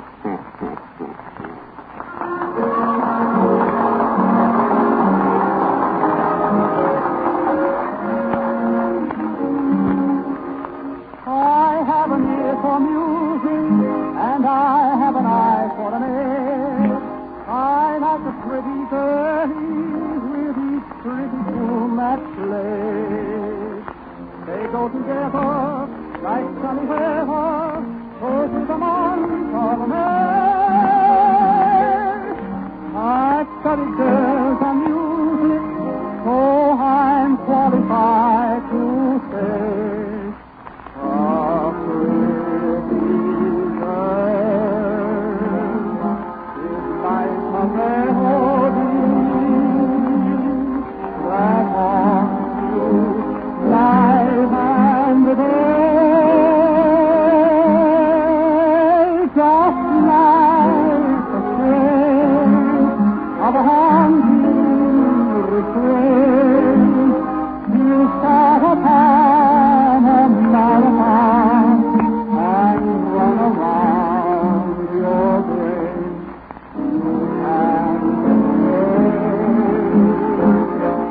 And your memories by night and the moon. She will leave you hand in hand, hand in hand. A pretty girl is just like a pretty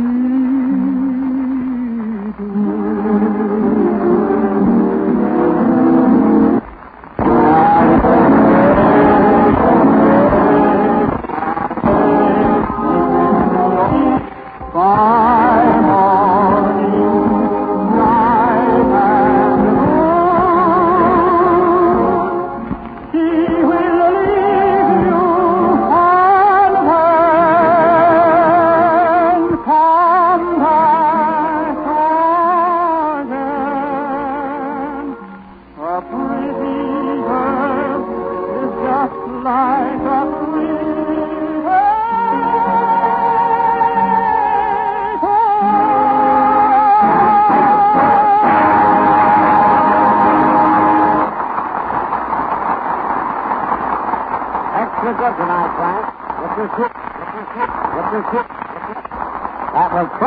That was Frank Pinkerton singing A Pretty Girl is Like a Melody from the Ziegfeld Follies. And now for that battle of wits with the underworld. Don't kill Mr. Stooge. Does crime pay? No, but cream does. It's 14 cents a bottle. We'll take place in Sergeant O'Hare's office in the 110th Precinct Police Station. Or maybe I was transferred by now. I don't know. Curtain. Play, Mr. G.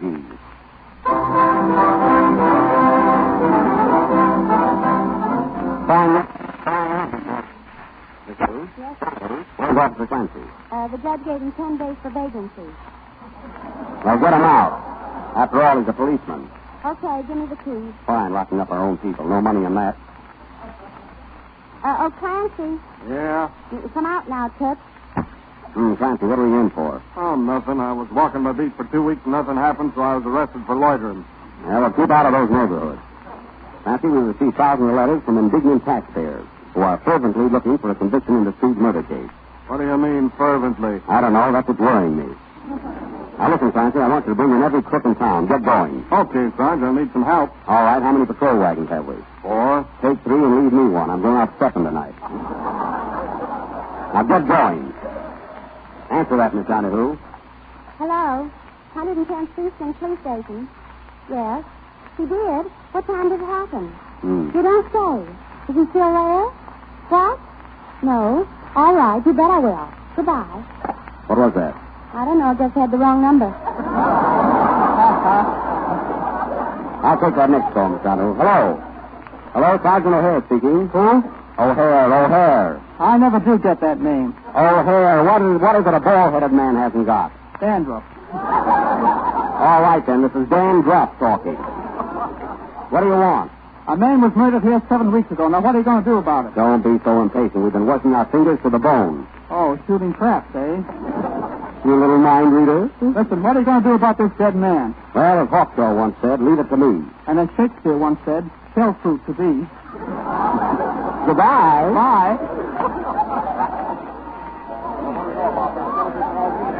Why, this is an outrage.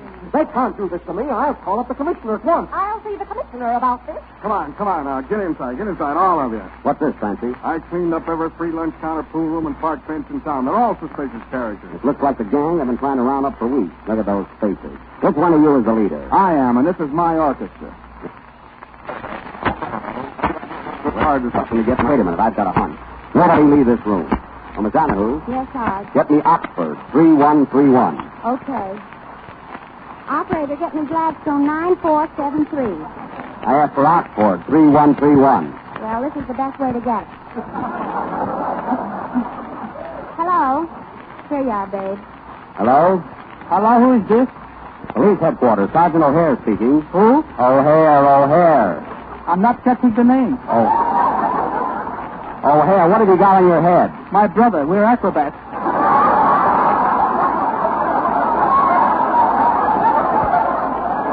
Wrong number. Goodbye. Oh, Sarge. What is it, Clancy? What about this tough-looking egg over here? Maybe he knows something. He does look pretty suspicious of that. Where did you find him? Oh, hanging around the studio. Oh, yeah? Come here, you. What's your name? Bill Baker.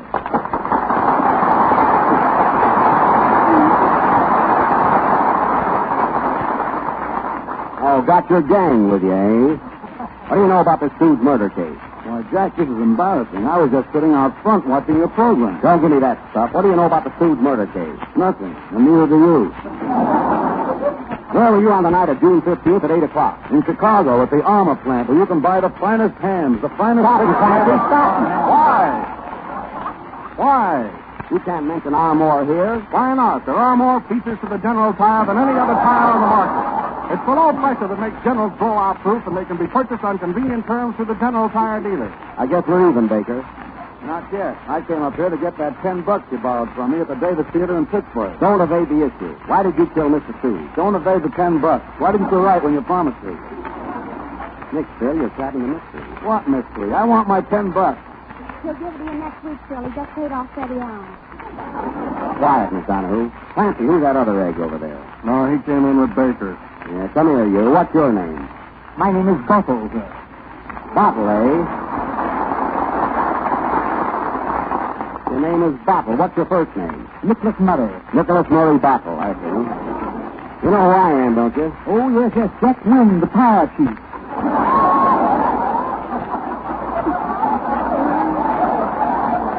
Hey, Bottle, why didn't you save that one for our program? Quiet, sir. I'm not working for you now. Attaboy, Bottle. Now, wait a minute, you. My name is O'Hare, Sergeant O'Hare. Glad to know you, Sergeant. What's that name, sir? O'Hare. What have you got in your head? Liquid gasoline. Oh, I'm going to have trouble with you, too. Ah, what is it? What are you laughing at, Bottle? What is it? It was funny when that gentleman over there said dandruff. Now, listen, you two. I've had enough of this. My name is O'Hare.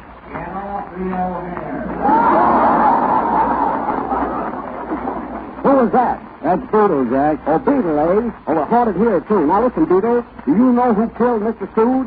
Yes, I do. Who did it? Mr. Stooge was killed by Operator 13 in the Channel Line.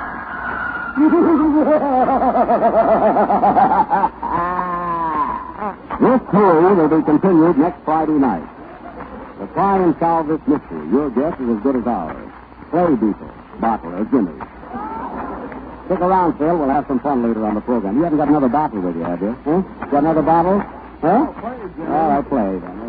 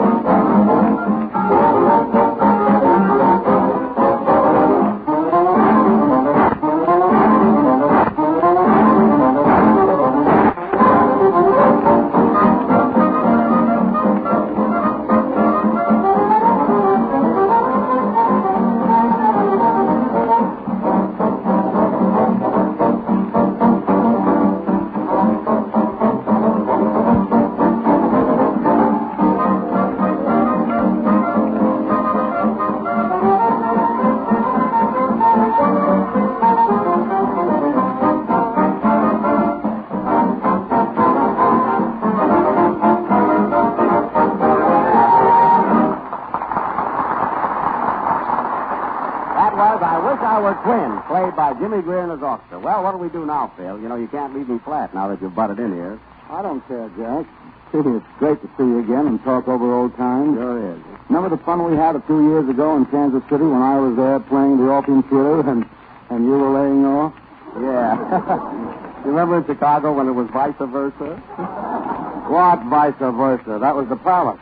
That's right. But, Phil, will you ever forget that theater we played together in St. Paul? We were on the same bill together. Oh, sure. Yeah. Remember my name was in lights and you were kicking to the manager? Yep, your name was in lights, all right. Yes, sir. And, Jack, do you remember after your second joke, your name came down and they put Mickey Mouse up?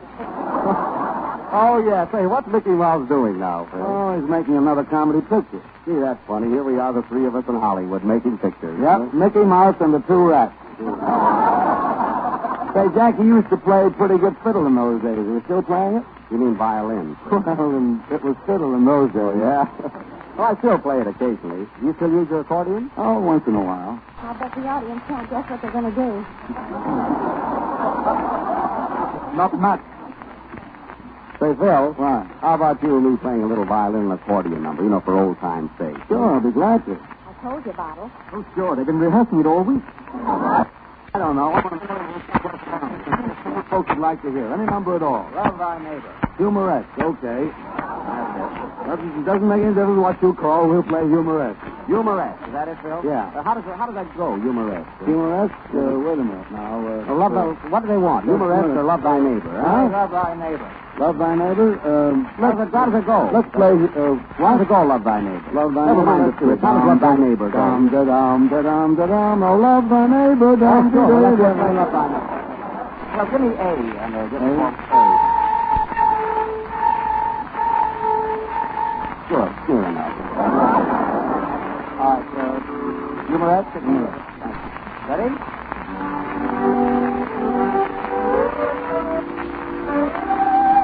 Surprise?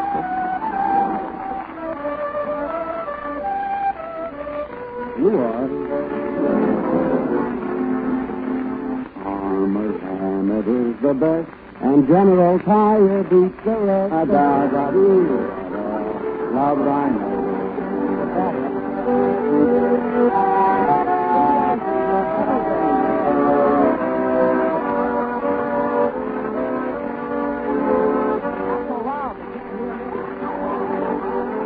I told you to take up the cornet.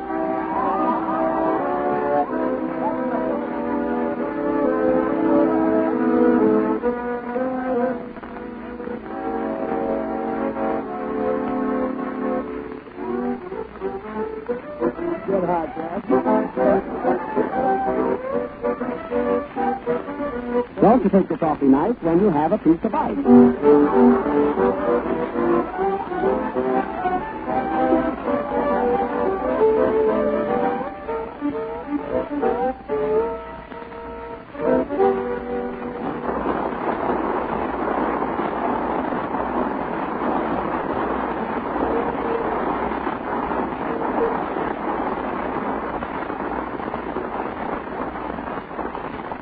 That was Phil Baker and Jack Benny playing Humoresque. And humor ask anybody about the general blowout first fire, and you will find that...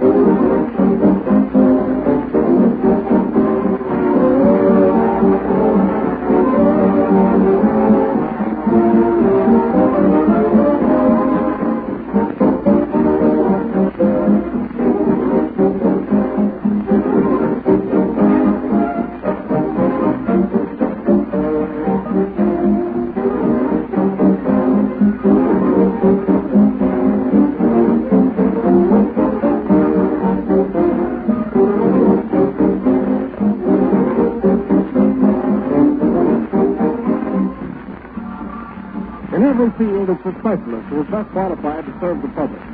The general tire dealer in your community is a factory-trained tire expert. He owns his own business, and his first concern is to see that you get the most for your tire dollars. If you've never done business with him, why not stop in his store tomorrow? Let him show you how important proper tire equipment is to your safety and comfort. He can tell you why one tire can wear out in half the time of others. He can show you how easy it is to correct many things that cause irregular wear, driving fatigue, spinning, and unexpected blowouts. The General Tire Dealer is a real tire specialist. He can save you many dollars and assure you greater tire safety because of his factory-trained knowledge. If you want greater safety, greater economy, and greater mileage, the General Tire Dealer is the man to go to.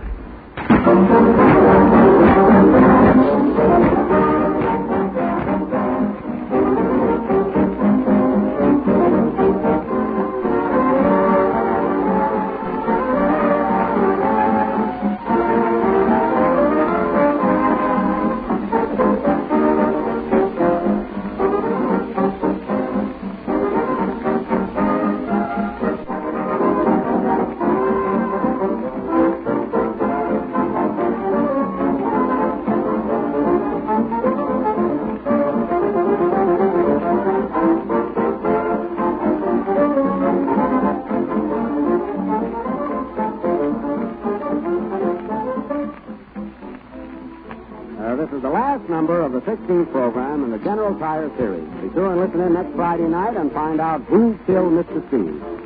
Come on, Mary. I'll take you home now. I'm sorry, Jack. I'm going home with Bottle. Where's Beagle? He went up the country for the weekend to make noises. Oh, good night, folks.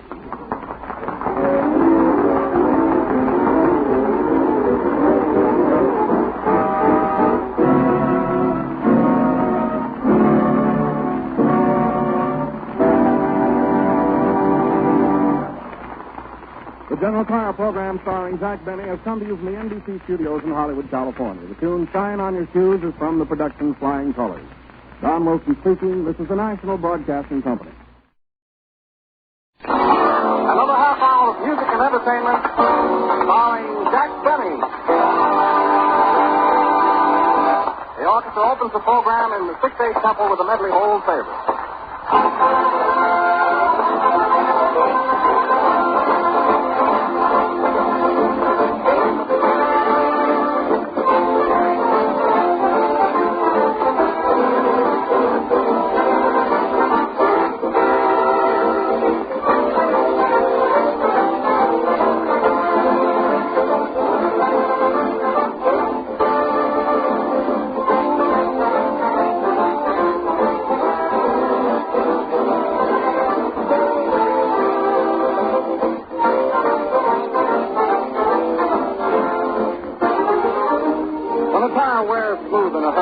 To give good mileage is due to the lack of knowledge on the part of the man who sold it. The General Tire Dealer saves his customers many dollars and a lot of worry because he is a factory-trained expert. Attending these factory stores regularly, they keep posted on the newest and latest tire developments. There is no guesswork in the General Tire Dealer's service. He knows the right tire to put on and the correct air pressure to carry. When you put this factory-trained knowledge behind a tire of General's high quality, you have a combination that means the longest, safest, and most economical mileage you can buy.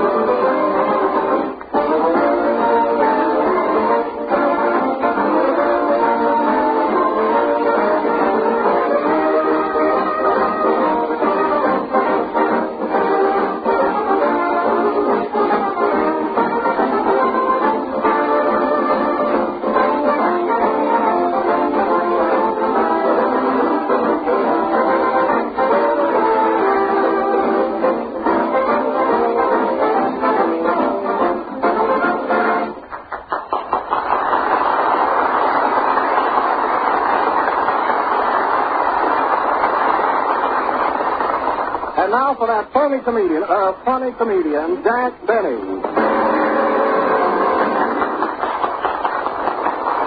Thank you. Hello some more. This is Jack Benny, your Hollywood reporter, coming to you with all the late news reports with the courtesy of the Hollywood Close-Up. Sees all, knows all, and brings out your defects. Let's go. Beverly Hills, California. The Bing Crosbys are proud parents of twins. They now have 3 boys and are the Marx Brothers' worries.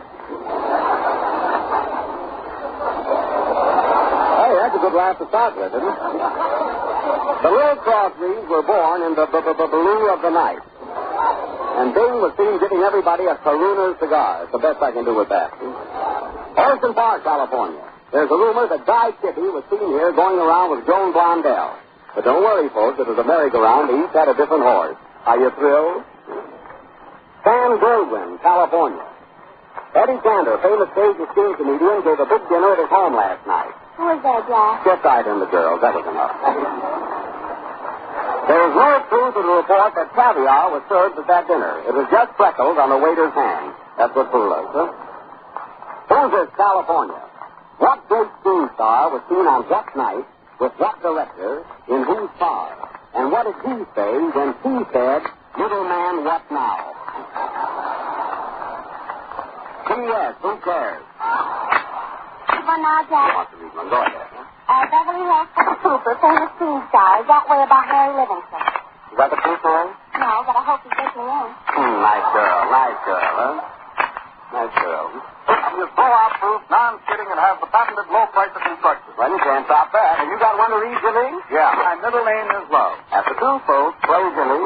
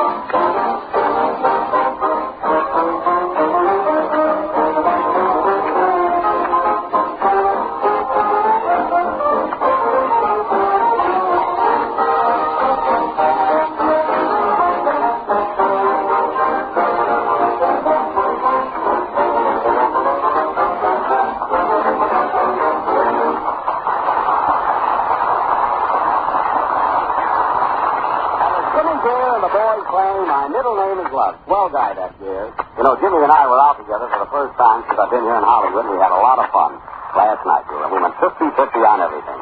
I bought the dinner, he paid the car fare. I furnished the cigars, he had the matches.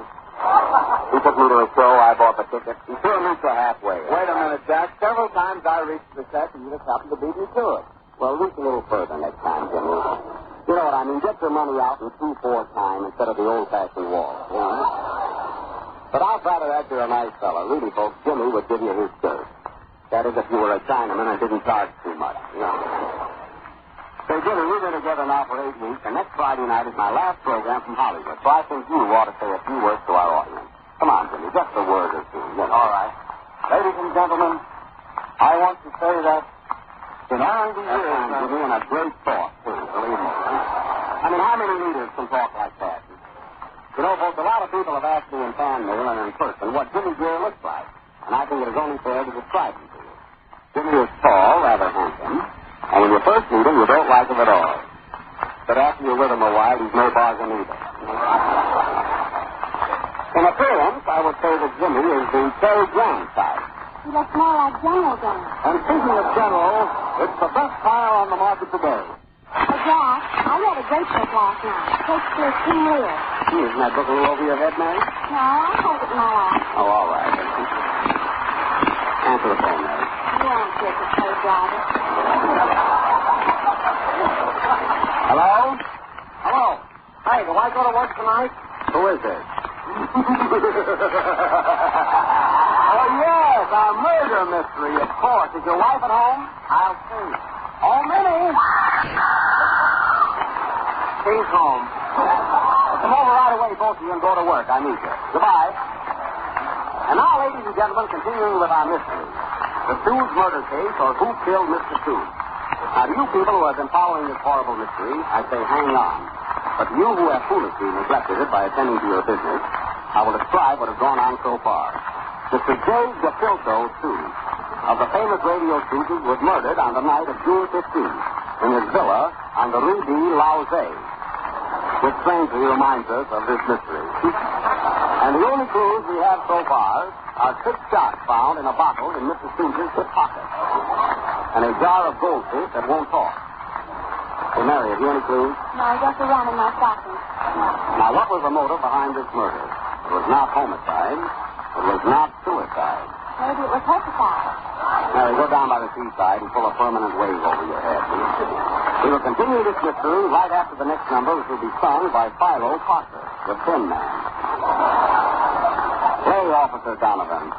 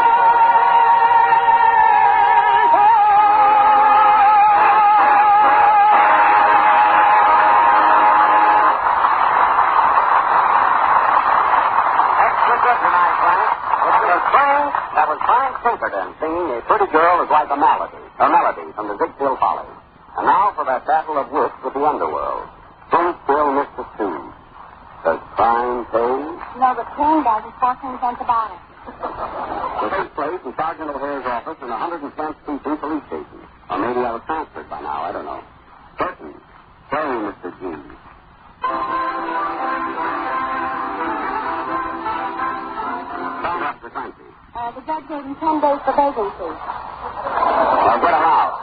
After all, he's a policeman. Okay, give me the keys. Fine, locking up our own people. No money in that. Clancy. Yeah? Come out now, Chip. Clancy, what are we in for? Oh, nothing. I was walking the beat for 2 weeks and nothing happened, so I was arrested for loitering. Well, let's move out of those neighborhoods.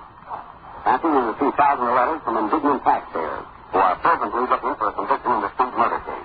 What do you mean, fervently? I don't know. That's what's worrying me. Now, listen, Clancy, I want you to bring in every crook in town. Get going. Okay, son. Gonna need some help. All right, how many patrol wagons have we? 4. Take 3 and leave me one. I'm going out stepping tonight. Now, get going. Eastern Police Station. Yes. He did. What time did it happen? You don't say. Is he still there? What? No. All right. You bet I will. Goodbye. What was that? I don't know. Just had the wrong number. I'll take that next call, Miss Donahue. Hello. Hello, Sergeant O'Hare speaking. Who? O'Hare. I never do get that name. O'Hare, what is it a bald-headed man hasn't got? Dandruff. All right, then. This is Dan Graff talking. What do you want? A man was murdered here 7 weeks ago. Now, what are you going to do about it? Don't be so impatient. We've been working our fingers to the bone. Oh, shooting craps, eh? You little mind reader? Listen, what are you going to do about this dead man? Well, as Hawksbill once said, leave it to me. And as Shakespeare once said, tell fruit to these. Goodbye. Bye. Why, this is an outrage. They can't do this to me. I'll call up the commissioner at once. I'll see the commissioner about this. Come on now. Get inside, all of you. What's this, Frankie? I cleaned up every free lunch counter, pool room, and park bench in town. They're all suspicious characters. It looks like the gang have been trying to round up for weeks. Look at those faces. Which one of you is the leader? I am, and this is my orchestra. Wait a minute, I've got a hunch. Nobody leave this room. Oh, Miss Donahue. Yes, Sarge. Get me Oxford, 3131. Okay. Operator, get me Gladstone 9473. I asked for Oxford, 3131. Well, this is the best way to get it. Hello? Here you are, Dave. Hello? Hello, who is this? Police headquarters, Sergeant O'Hare speaking. Who? O'Hare. I'm not catching the name. O'Hare, what have you got on your head? My brother. We're acrobats.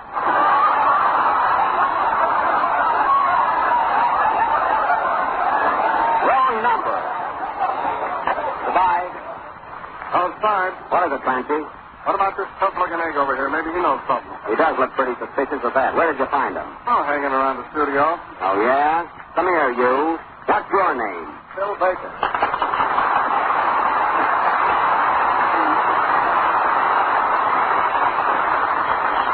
Oh, got your gang with you, eh? What do you know about the Stooge murder case? Why, Jack, this is embarrassing. I was just sitting out front watching your program. Don't give me that stuff. What do you know about the Stooge murder case? Nothing. And neither do you.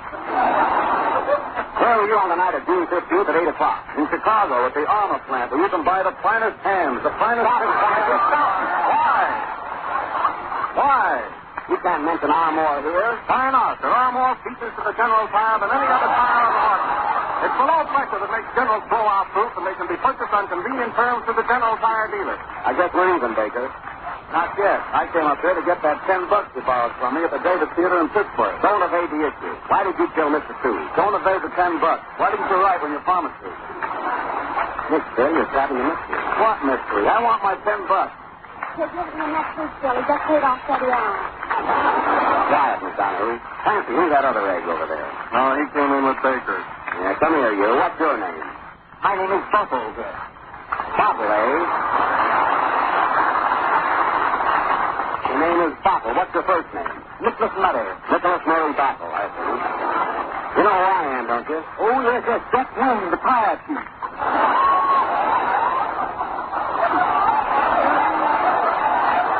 Hey, Bottle, why didn't you save that one for our program?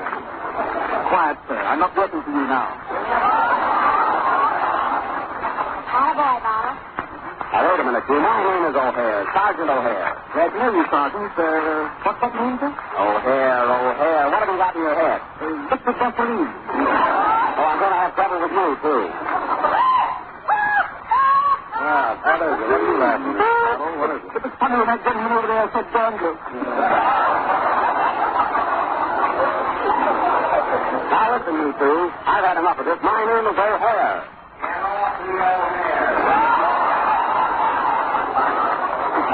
Who is that? That's Beetle, Jack. Oh, Beetle, eh? Oh, we're haunted here, too. Now, listen, Beetle. Do you know who killed Mr. Stooge? Yes, I do. Who did it? Mr. Stooge was killed by operator 13 in the cattle line.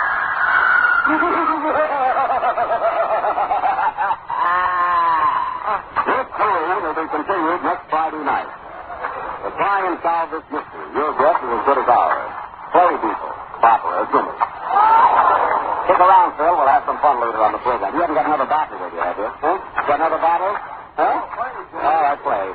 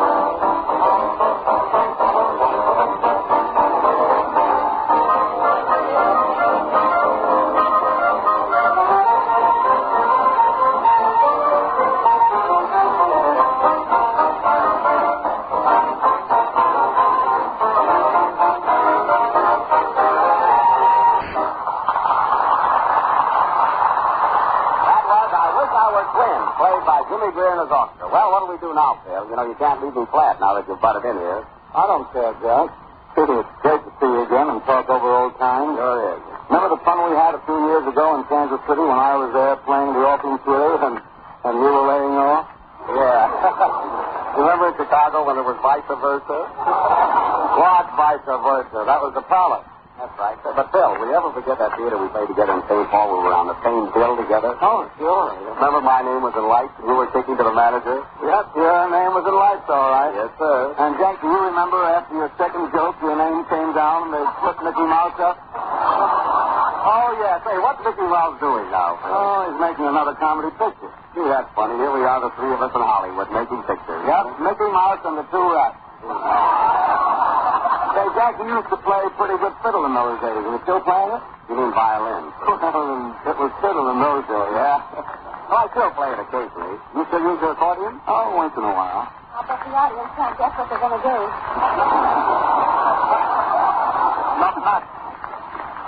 Say, Phil. What? How about you and me playing a little violin and accordion number, for old time's sake? Sure, I'll be glad to. I told you about it. Oh, sure. They can rehearse it all week. I'd like to hear any number at all. Love thy neighbor. Humorette. Okay.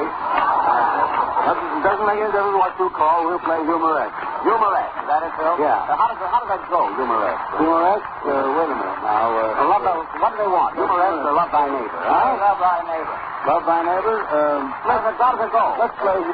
Why does it go, love thy neighbor? Love thy neighbor. Love thy neighbor. Da-dum. Oh, love thy neighbor. Love thy neighbor. Well, give me A. And there's A. Sure enough. All right, humorette. Ready?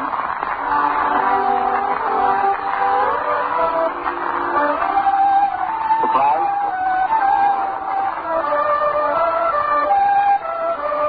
You are. Armored is the best, and General Tire beats the rest. Love thy neighbor.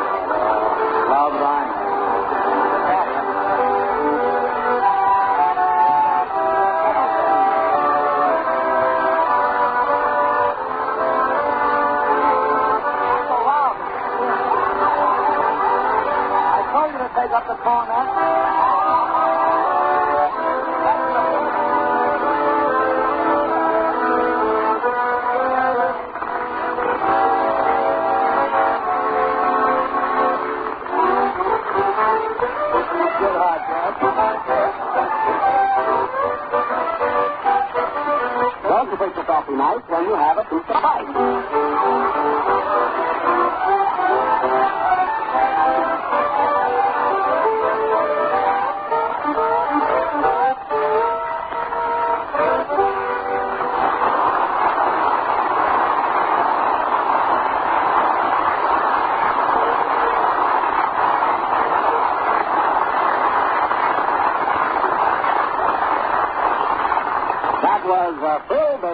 Jack Benny playing Hugh Millette. And Hugh Millette, everybody about the General Blowout First Tire, and you will find that...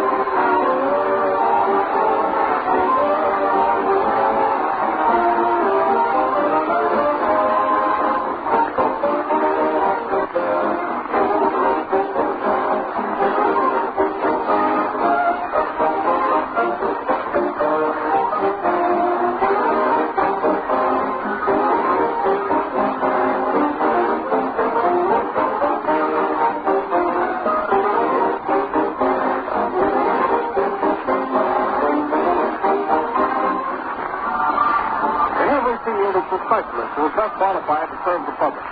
The General Tire dealer in your community is a factory-trained tire expert. He owns his own business, and his first concern is to see that you get the most for your tire dollars. If you've never done business with him, why not stop in his store tomorrow? Let him show you how important proper tire equipment is to your safety and comfort. He can tell you why one tire can wear out in half the time of others.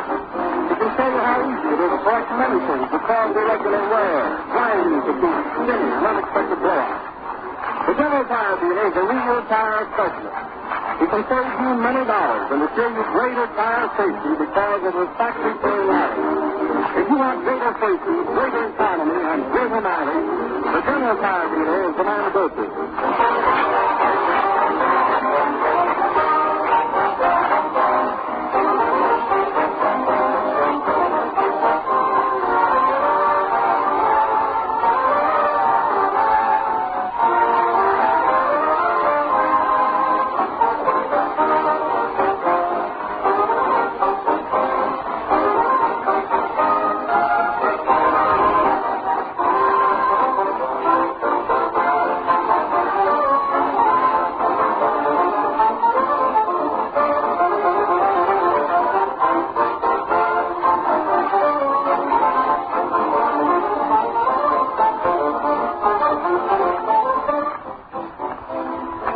This is the last number of the 15th program in the General Tire series. Be sure and listen in next Friday night and find out who's still Mr. Stooge.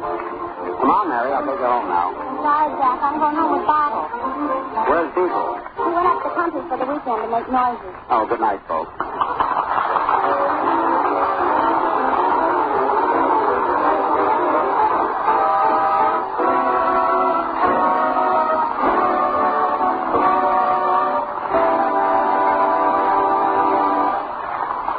The General Tire program starring Jack Benny has come to you from the NBC studios in Hollywood, California. The tune Shine on Your Shoes is from the production Flying Colors. Don Wilson speaking. This is the National Broadcasting Company. And now for that master golfer and talented violinist, Jack Benny.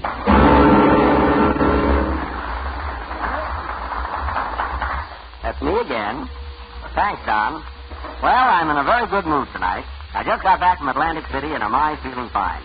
You know, if you ever want 2 weeks rest, folks, go to Atlantic City for the weekend, then come back to New York and rest for 10 days. What a spot. In a way, it's like Coney Island. What I mean is it's the same ocean, only a finer piece of water. You see, in Atlantic City, the waves come rolling in a high-class way and very snappy. While at Coney Island, the waves are much older, having been used so much. And they just come rolling in any old way, lie down, and go blah. Of course, at Newport, they have a still better class of waves. There, they come rolling in with monocles, wearing spats and a cane. Well, Jack, tell me, is there any difference in the bathing there? That's the same, isn't it? No, Don, there is a difference. See, when you go bathing in Atlantic City, a bluefish or shark might take a nip at you. While if you're bathing at Coney Island, the chances are you'll be bitten by a herring. You know? Isn't that good? It's all right. But getting back to Atlantic City, they have those dog races down there this year. You know, those races where 7 or 8 dogs chase an electric rabbit. Oh, it's a lot of fun. Well, I've never seen a dog race, Jack. How does it run? Well, as I told you, an electric rabbit goes around on a rail, and as it passes the boxes where the dogs are, the dogs jump out, go woof woof, and you're out $6. Saturday night, I lost 10 races in a row and finally bet on the rabbit. Well, Jack, you certainly must have won that one, didn't you? No, there was a short circuit and the rabbit stopped. Everything happens to me, isn't it? I've got to go down there sometime. How are the hotels in Atlantic City, Jack? Oh, they have beautiful hotels down there. And a funny thing, they all have double names. You know, like the Ritz-Carlton, the Marlboro Blenheim, the Translux. All double names, huh? Why, Jack, the Translux is a picture theater. I know, but I slept there a couple of nights, too. Well, why do all the hotels have double names? Well, you see, down the rates are so reasonable. You take the Ritz-Carlton, for instance. It's only $5 a day, but when you check out, it's $10. 5 to Mr. Ritz and 5 to Mr. Carlton. Good evening, fellas. How are you? Oh, hello, Mary. Gee, you missed it, Mary. You should have been down to Atlantic City. I spent all week there. Well, so did I, Jack. I just came from there. You did? I didn't see you. That's funny. I was in bathing every day. Wouldn't have hurt you either. Oh, but there's so many other things to do down there. Did you see the beauty contest? See it? I was in it.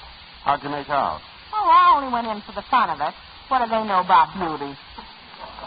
I see. Then you didn't win the contest, huh? No. Who wants to be Miss America anyway?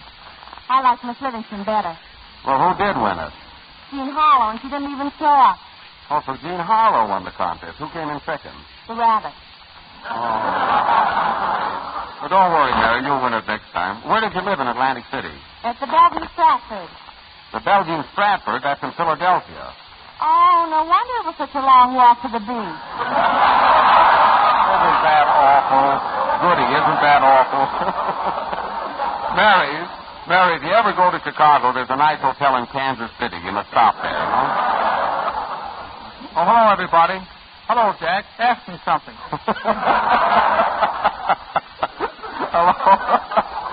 Hello, Frank. Where were you over the weekend? No place. I just came home with the Parker.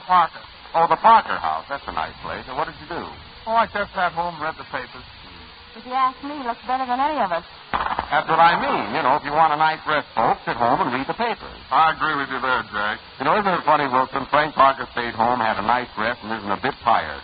While we all went away for a rest and came back tired. And speaking of tired, the General Tired is not only safer, but it's outstanding beauty and smartness to any car. And the first importance, it's blowout-proof. Did it win any beauty contest, Don?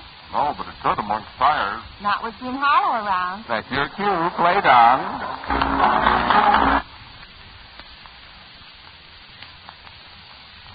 Good, very good, very good. That was, there's a house in Harlem for sale, played by Don Vester and his Connecticut Yokels.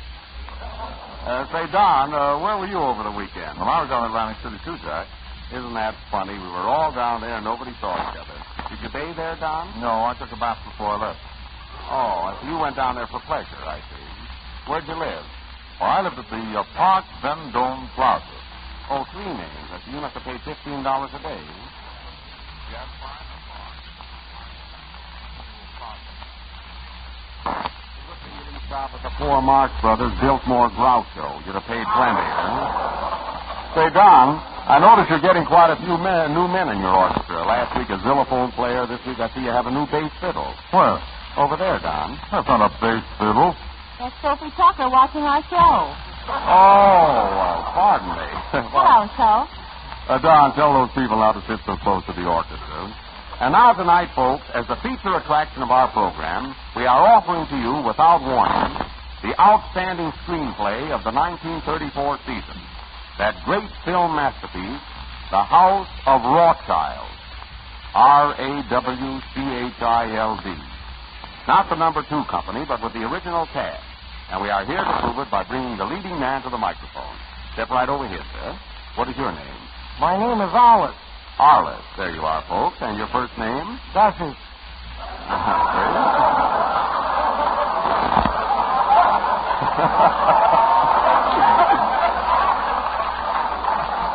I'm supposed to have the laugh at the finish, but I'll never get to it.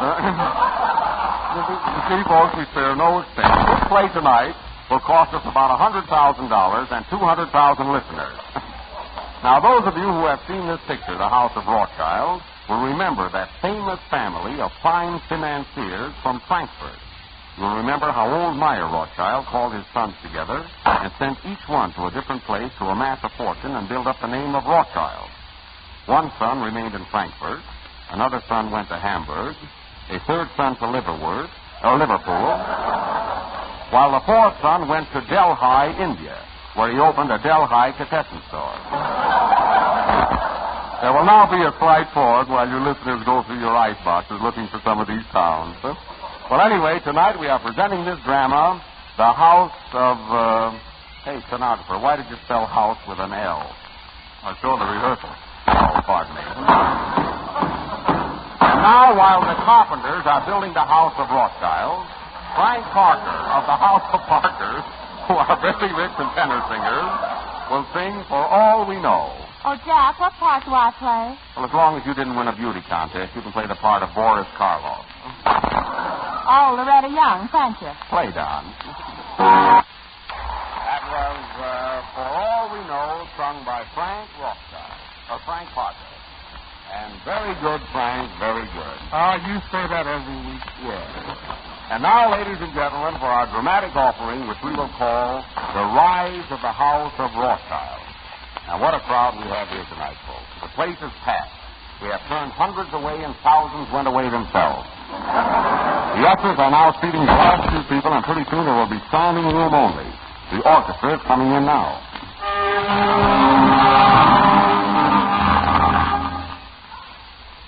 Let me see your check, mister. Now, let's see. Row A. That's way in the back. Row A in the back? Why, that's generally up front. Well, we had to put the first row in the back to give us more room. Why, this is an outrage. It's scandalous. Outrage, scandalous, as long as they're healthy.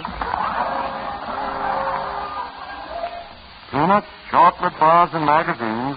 Get your magazines here. You can't enjoy the show without a magazine. It's a fine start, huh?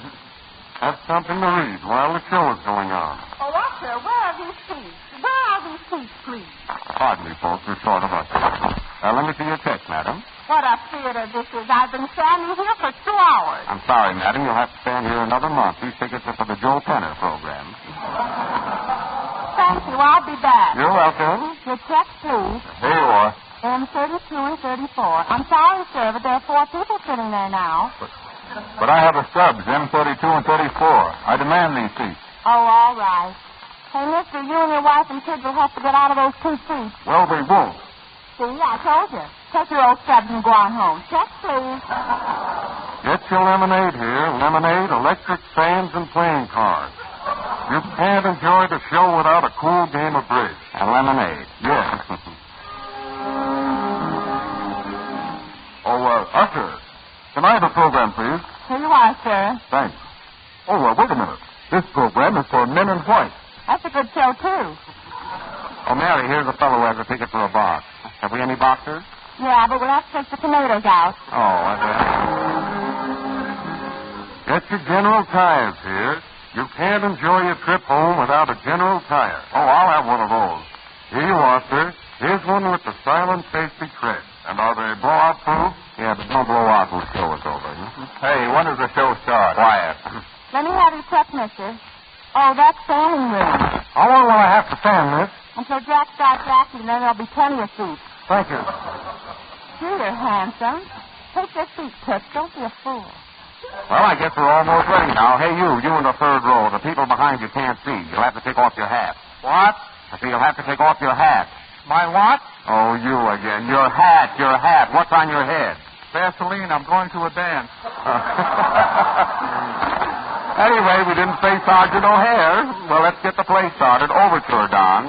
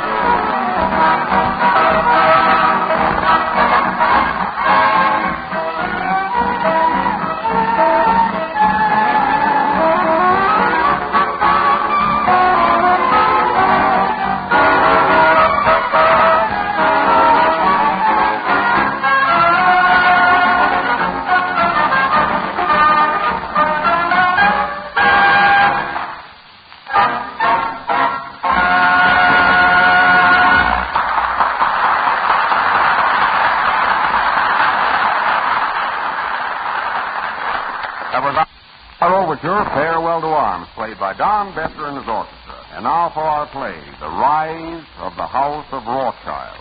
The opening scene takes place in the Rawchild house in Frankfurt. Is my mouth watering? Curtain. Music, Don.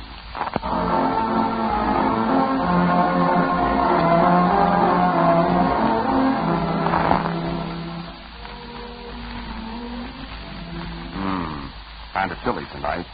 I don't think I'll go out of the house. That's right, Meyer. It is cold. Think I'll sit home and read. Bring me a book, Sarah. Yes, dear. Which book do you want? First National Bank or Guaranteed Trust? Oh, I've read them over and over again. How's that Federal Reserve? Have you read it, Sarah? No, but here's a copy of Irving Trust. You'll like that. I think I'll have to get some new books. I've lost interest in those. How much money have we got now, Sarah? We have $2,500,000,000 gulden. Ah, gulden. And today is our gulden anniversary. Well, here's $1. Go out and buy yourself something. Is that all I get? We must save every penny. For in money there is power. I'll answer the door, Meyer. Be careful who it is. I don't want any of those title moochers around. If it's Napoleon, I'm out. Who do you wish to see? I am the Prince of Pilsner, Buck and Lager, and I want to see my Rawchild. Tell him I'm out. He's out. I believe you, but not him. Hello, Meyer. Hello, Prince, you old dog. What can I do for you? Well, Meyer, I am here on a very touching mission. My country is on the bomb again. Mm-hmm. Could you let me have 20 million gulden till payday? When is payday? I often wonder. What is the trouble with your country? Well, we had a big crap game with Bulgaria, and they took us. Same thing happened to me in Atlantic City. 20 million gulden. Hey, Usher, where are my seats? Let me see your check. Hold the show a minute, Jack. 4 and 6, right here. Okay, go ahead, Jack. 20 million gulden. How much is that? $35. You had me scared for a while, Prince. What security have you? Eh? Oh, again. I said, what security have you? What security? I have a World Series ticket to be played between the White Sox and Cincinnati. Oh, no security, eh? Well, Prince, you can have the money. But remember, I shall expect favors from your kingdom. Thank you, Meyer. Thank you very much. You're welcome. Likewise. Goodbye.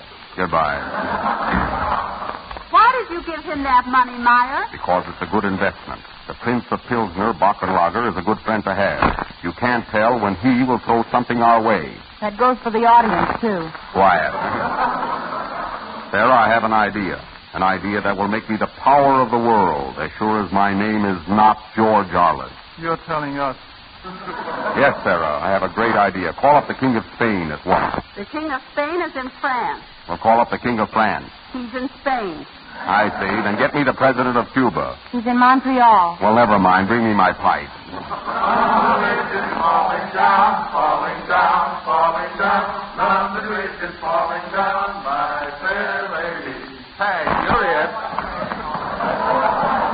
What is that, Sarah? What's all that noise going around here? Those are your sons playing in the backyard. Playing, always playing. I must make them useful. Come in here. Call them in. Come into the house, children. The old man wants you. We want to play. Come in, I say, you young scallywags. Oh, all right. Now sit down. Sit down, all of you. Fine boys. Carl, Solomon, and Nathan. Wasting your time playing in the yard. Fine Rawchilds you are. How old are you now, Nathan? 67, Father. Well, it's about time you got out in the world and made a living for yourself. How old are you, Solomon? 64. You're old enough to do something, too. And how old are you, Carl? 48, Paul. Well, you can hang around the house for a while yet.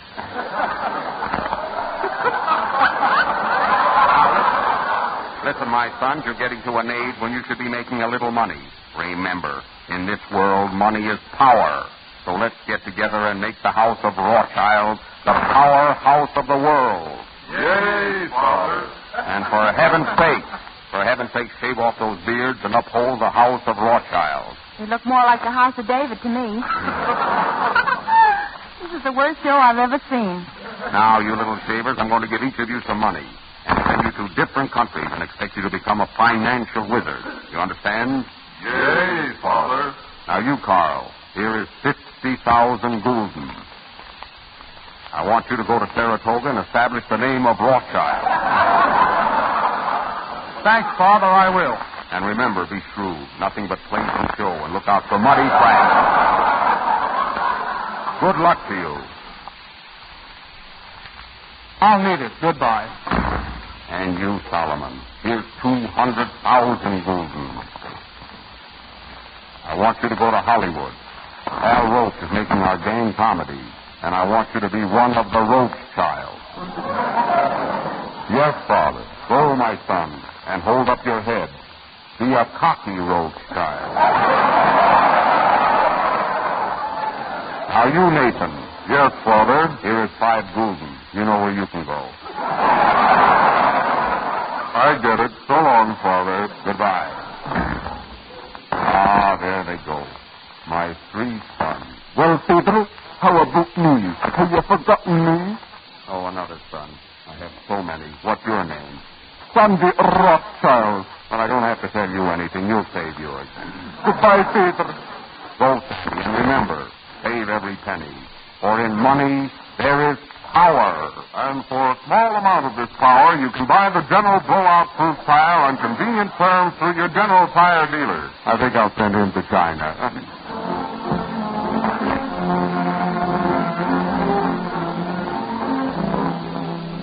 And now for the second act. The House of Rawchild 3 months later. Sarah, get me something to read. I'm going mad. I only made 9 million gulden today and had to loan it to bolster up the Swiss Navy. Has the mail come in yet? Yes, Myra, but there's nothing for you. Funny, we haven't heard from the boys. I wonder how they've been doing. There's a freight train coming in. Maybe they're on that. Maybe. The phone. I'll answer it. Hello? Hello? Is this the General Tire Theater? Yes. What's playing there? The Rise of the House of Rawchild. Oh, excuse me. I'm looking for the Rise of the Goldbergs. You have the wrong number. Goodbye. Goodbye, Sergeant O'Hare. I thought that call might be from the boys. Why don't they write to me? Answer the door, Sarah. Why, it's our children. Hello, Carl, Nathan, Solomon. Ah, my sons. Come here to your father. Tell me, boys, how did you do? You, Carl, did you establish the name of Rawchild in Saratoga? Yes, Father. Everybody's got an IOU with our names on it. Go back in the yard and play. And you, Solomon, how did you do in Hollywood? Great, Father, but I'm broke. What happened to the 200,000 gulden I gave you? I met Peggy Joyce. Oh. Well, you, Nathan, I only gave you 5 gulden. Have you any of that left? Yes, Pa, I still have $1.50 of gulden. Keep the gulden. Give me the $1.50. Where's Sandy? He's up in the Northwest where he established the House of Rawchild. I knew Sandy would make good. What's he doing up there? He's selling General Tires to the Northwest Mounted Police. Ah, true boy. Hurrah for Sandy! Come in.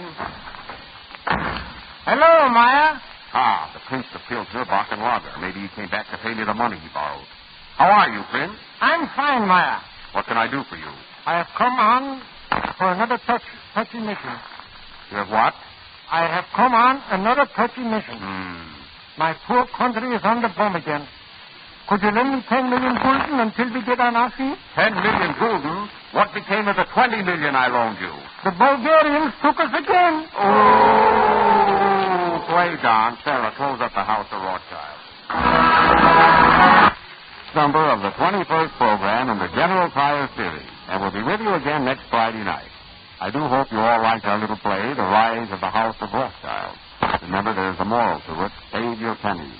For in money there is power. Oh, Jack. What is it, Mary? You didn't give me my power for last week. Oh, good night, folks.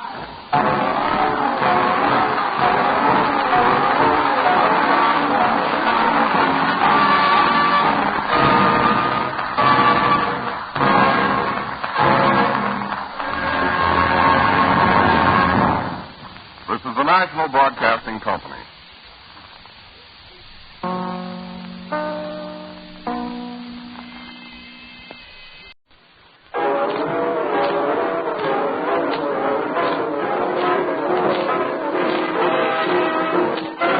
The General Tire and Rubber Company, world's largest manufacturers of low-pressure tires, presents another half hour of music and entertainment starring Jack Benny. The orchestra opens the program with My Baby's on Strike.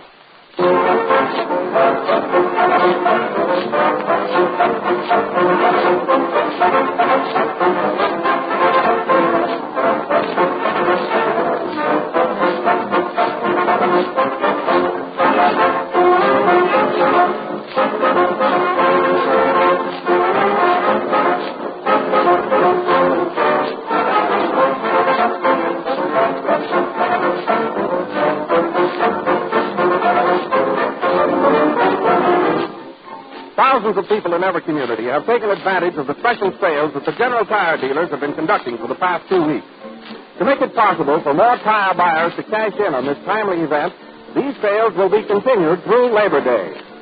There are only a few days left, but there are still plenty of fresh, new, blowout-proof Generals purchased at a rare concession from the General Company, especially for this event, at prices that, for once, bring these famous top-quality tires within the reach of everybody.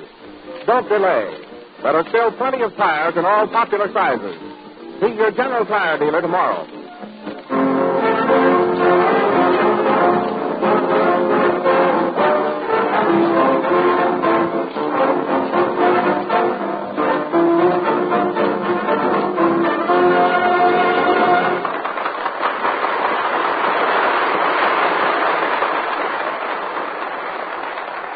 And now, ladies and gentlemen, if you hear any odd noises on your radio, don't worry. It'll be Jack Benny. Thank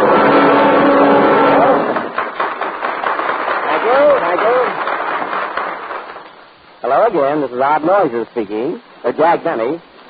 Why do I pay attention to that guy Wilson anyway? You ever see Don Wilson, folks? He's a big, good-natured fellow, laughs at anything, and always picks up a check with a smile on his face. I mean his salary check. There you are. You hear him? You know, Wilson has only been in New York a short time. He comes from the West and was formerly a deputy sheriff in a small town in Wyoming, which is equivalent to a Boy Scout in New York.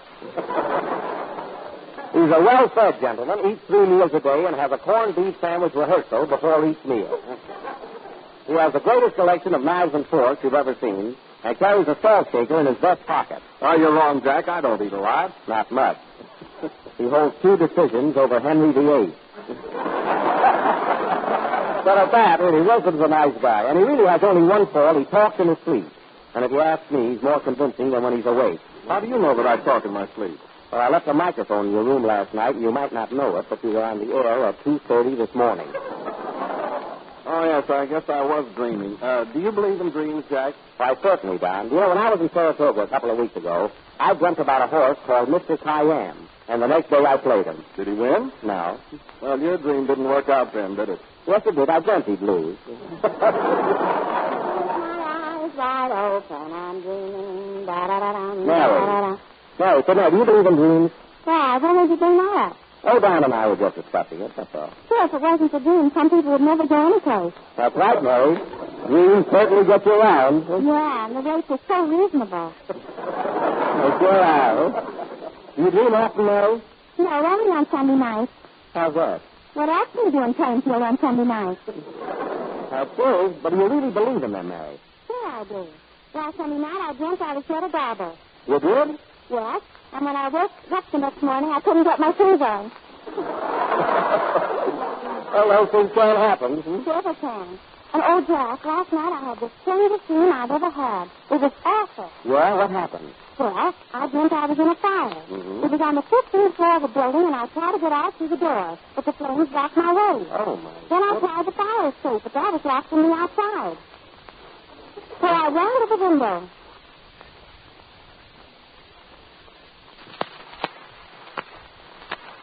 It was the only way out. Yes, Mary? The flames were catching up to me. I didn't have a second to spare. So I put one foot out of the window, and then... Yes, Mary, what happened? It was a serial dream to be continued tonight. With my eyes wide open, I'm Hello, Frank. Hi, Jack. Hello, Frank. You're late again. What's your excuse this time? I suppose you drove over and your car broke down. No, Jack, I walked over and I broke down. Oh. See, I slipped on an empty banana. I see. He just added that himself, you know. Didn't he? Where are we on the program, Jack? Here, Frank, page 4, dreams. Oh, yeah. Well, go ahead. It's your line. So, Frank, do you believe in dreams? I certainly do, Jack. Why, one night I dreamt I was the Prince of Wales, and the next day I was playing polo and fell off my horse. Fell off a horse? That's an old joke. Well, I dreamt it about 8 years ago. Oh, I thought so. You know, I dream a lot of old jokes. Isn't it strange, though, how dreams come true? You hear again? Last week, my uncle dreamt he was the king of Belgium, and the next day my aunt found him with a rolling pin. What are you laughing at? The joke is older than Parker's. Well, I think we had enough of dreams tonight anyway. And speaking of dreams, what a dream the General Blowout-Proof tire is. It is smarter looking and will give you more safe miles than any other tire. I was wondering how you'd get that in, Wilson. Well, let's have a little music. Oh, Buster, I didn't see you standing there. I nearly left you out. Now, tell me, did you have a dream last night? No, Jack, that was my wife. Play down. That joke is older than I am. Yes, but not as wrinkled.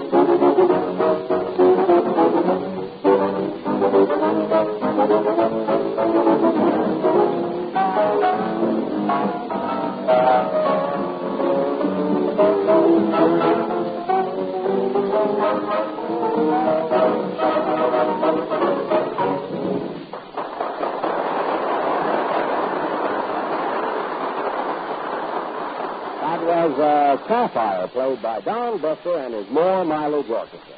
So, Don, I suppose your orchestra will be in the Labor Day Parade Monday, will it? Yes, I will, Jack, and I'll be there wielding my baton. You'll be what? Wielding my baton. Oh, wielding. Where'd you learn wielding the baton, Don? Wielding, West Virginia. Well, that's the best we can do with that, folks. That's the best. So, Frank, are you going to march in the Labor Day Parade? You bet I am, Jack. I'll be right there. Well, I'll have to look for you. Who's going to march with? I don't know. I'm just going for the walk. Well, we got Wilson's truck. He can't say if you walk, use General Tire anyway. Well, that's right, but I'll get to it later. Oh, Jack. Hey, Drew. You are, Mary? Who are you going to march with? The Stooges. And say, Jack. What? I wrote a poem all about Labor Day. Want to hear it? A poem about Labor Day? No, I don't want to hear it. Well, the other 120 million people do, so I guess I'm going to read it. All right. Get ready to sing, Frank. Go ahead, Mary. Read your poem. All right.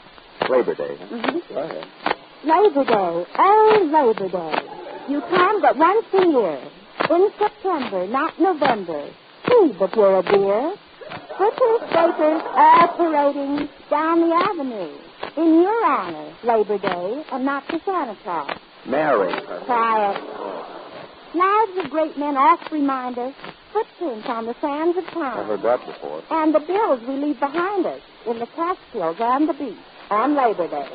Dear Labor Day, when we haven't got a dime left.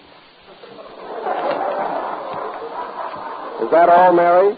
No, this poem is a Longfellow. Why couldn't I think of that? 30 days past September, April, June, and November. All the rest have 31, except Labor Day, which falls on Monday. I thank you. Sing, Frank. Well, how do you like my poem, Jack? Terrible. Well, I'm not trying to sell it.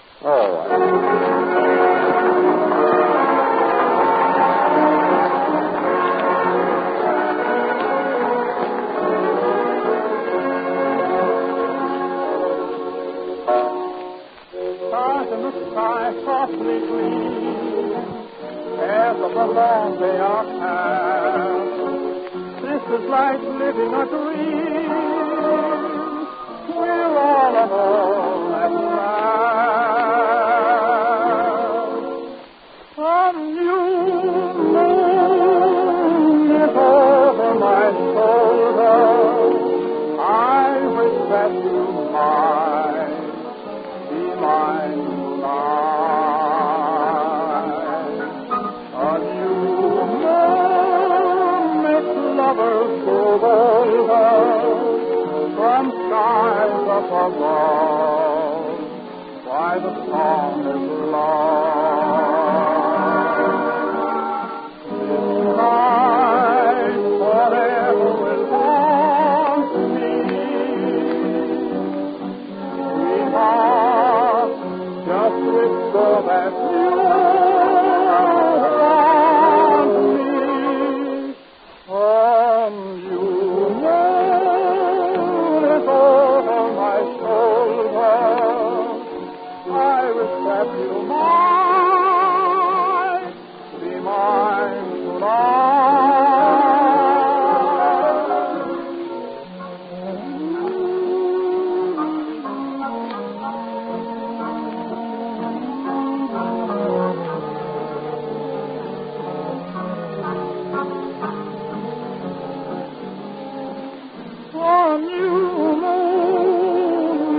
lovers grow bolder from skies up above, and the song is love. This night forever belongs to me. Heart, just whisper that you want me. From you over my shoulder, I wish that you might be mine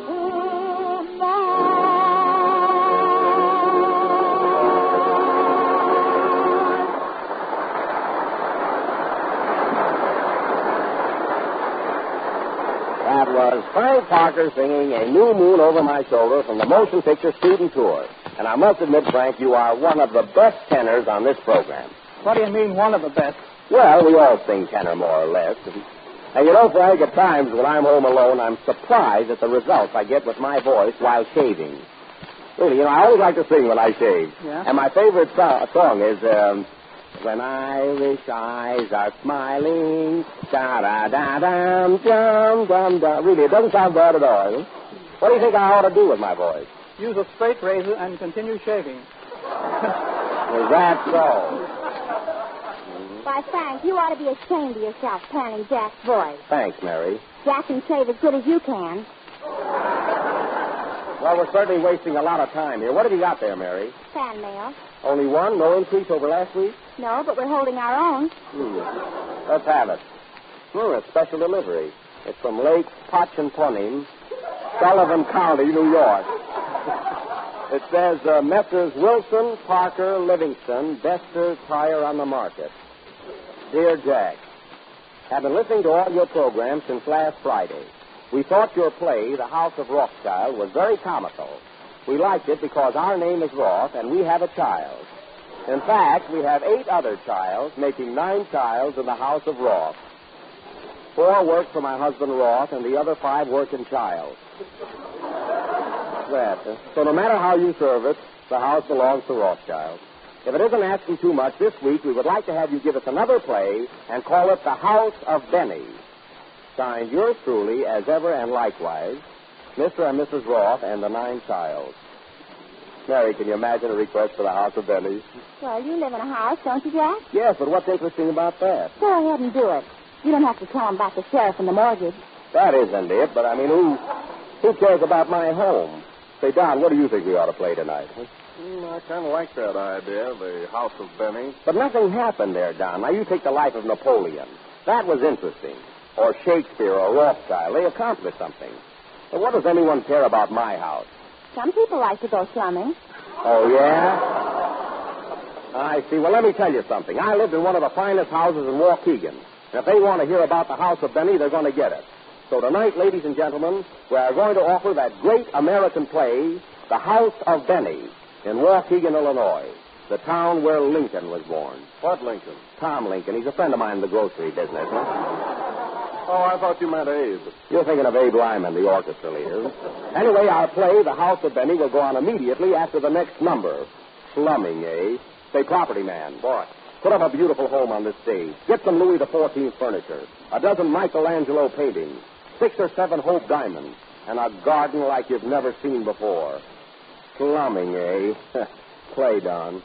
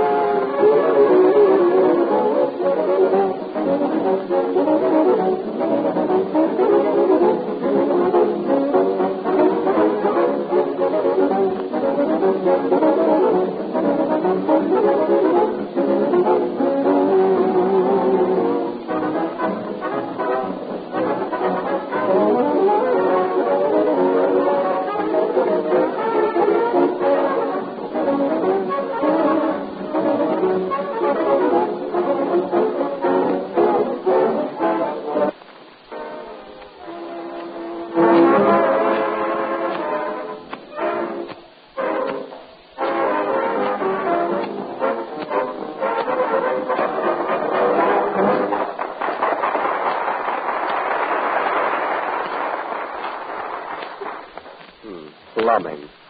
That was a medley from Rain or Shine, played by Don Bester and his Waukegan. And now for that great play of American life in Illinois, The House of Benny. I, strangely enough, will play the part of Jack Benny, and Don Wilson will play the part of my father.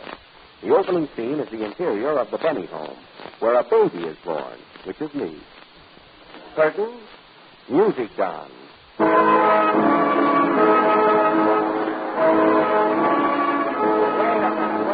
Wait a minute. It's the House of Benny, not Rubinoff.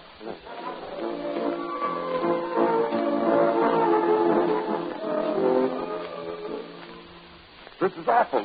The suspense is killing me. What are you so nervous about, Hiram, Benny? I'm about to become a father. Who wouldn't be nervous?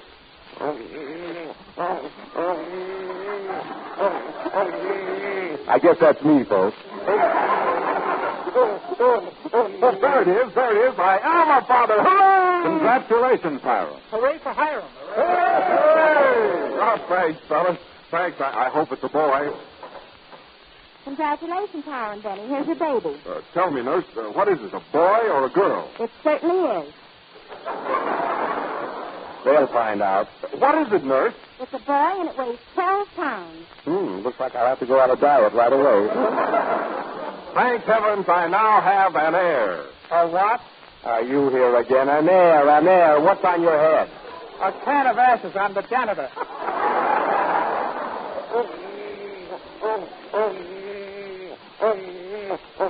Just look at the little darling. Coochie, coochie, coochie. Coochie, coochie, coochie. Coochie, coochie yourself. Who is this lady holding me? Why, that's your nurse. Nurse to you too, Papa. This is the happiest day of my life. Come on, boys, come on. Have a cigar. Take a handful. I'll take one. Me too. What about me? It's my party. I wonder what we ought to name the baby. I think you ought to call him Don. I don't like Don. There are too many Dons on this program. That's right. What can we call him? I wouldn't call him at all. Just leave him there. Oh, the poor kid wants a name. How about calling him Jack? Yeah. That's it. He likes the name of Jack. Well, why not christen him? All right. I now christen you Jack Benny. He didn't have to break a bottle over his head. This is the start of the rise of the House of Benny. We now take you to the same house 8 years later, where Jack is already showing signs of talent.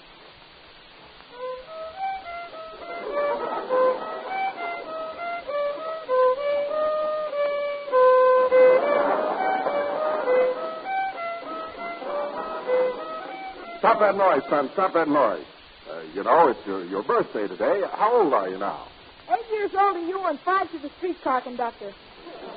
See, folks, I'm cracking wise already.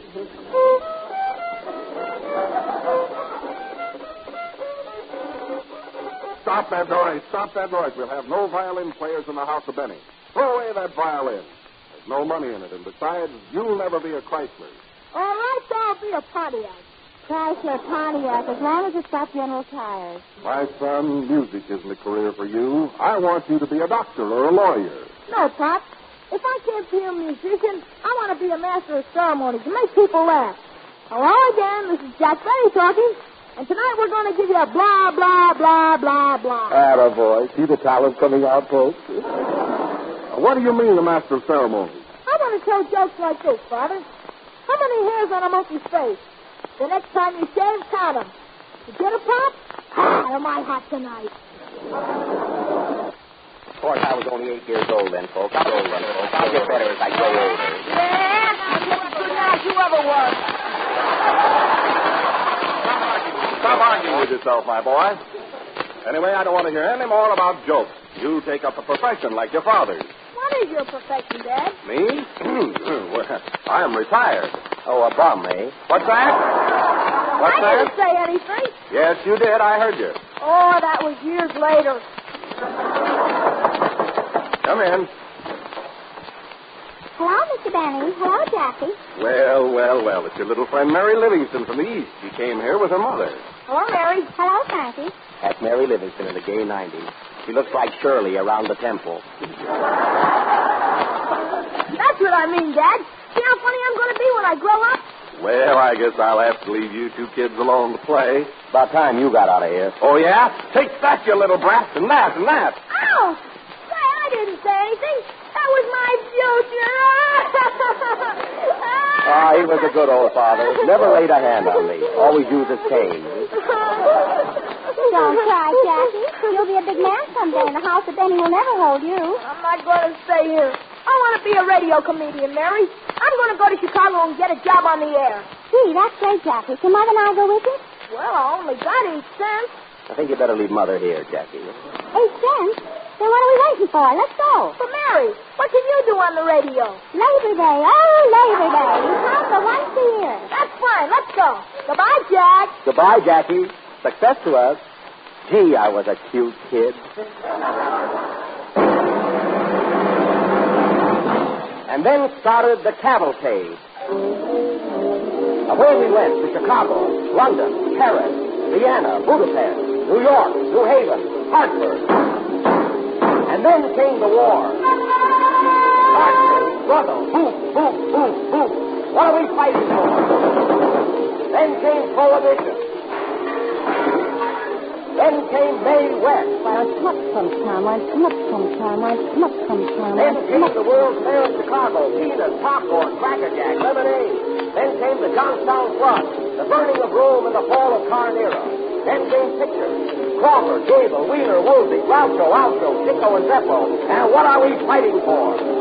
Then came Noel Cowell with a better cavalcade than we have. Then came the crash of 1923. More margin, more margin, more margin. More margin.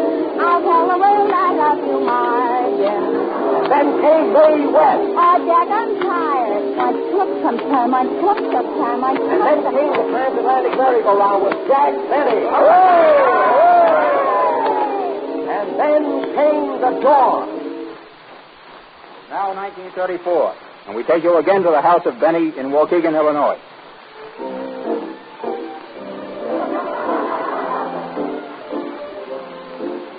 Florence, Yes, Father. I suppose you remember that little tramp brother of yours that left here before the war? Yes, Father. I wonder whatever happened to him. Oh, I suppose he's in jail someplace. That boy was born a tramp, and I couldn't do a thing with him. But, Father, he was my brother and your son. Yes, that's right. Well, I tried to make a man out of him, but he preferred to be a tramp. Florence, tune in that radio and let's forget about him. Okay, Dad.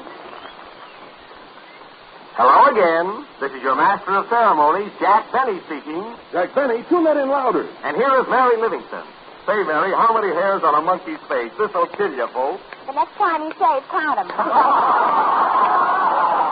That's Brother Jack, all right. He told that joke 40 years ago.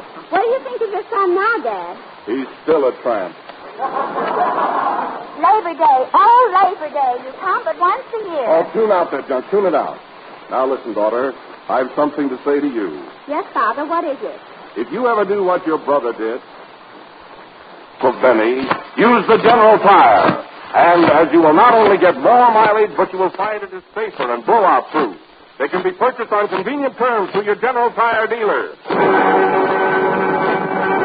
That was my father and all, folks. He sells insurance. Play down.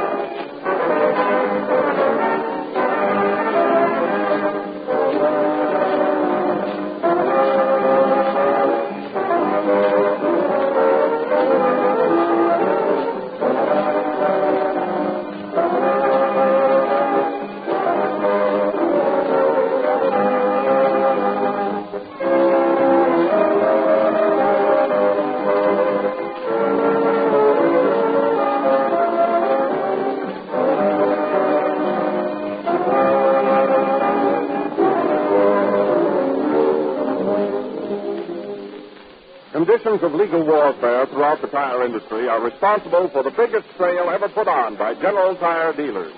From coast to coast, it's their answer to competitive sales that have been advertised at special discounts. Continuing through Labor Day, you can buy famous dual grip and dual balloon blowout-proof Generals at preferred wholesale prices. No matter what size you use, you'll be surprised what you can do in this sale. There is still a good supply of all popular sizes. Let the General Tire dealer show you how far he can go in a tire deal for your car. It's an opportunity for unmatched saving and extra value for car owners who are prepared to take advantage of this timely condition.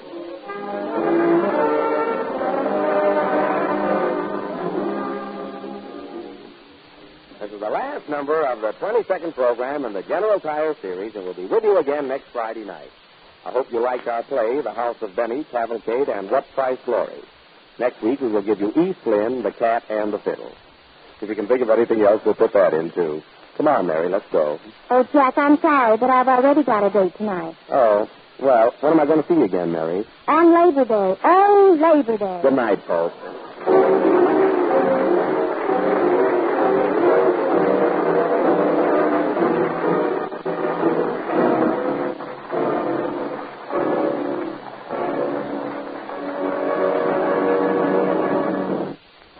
This is the National Broadcasting Company.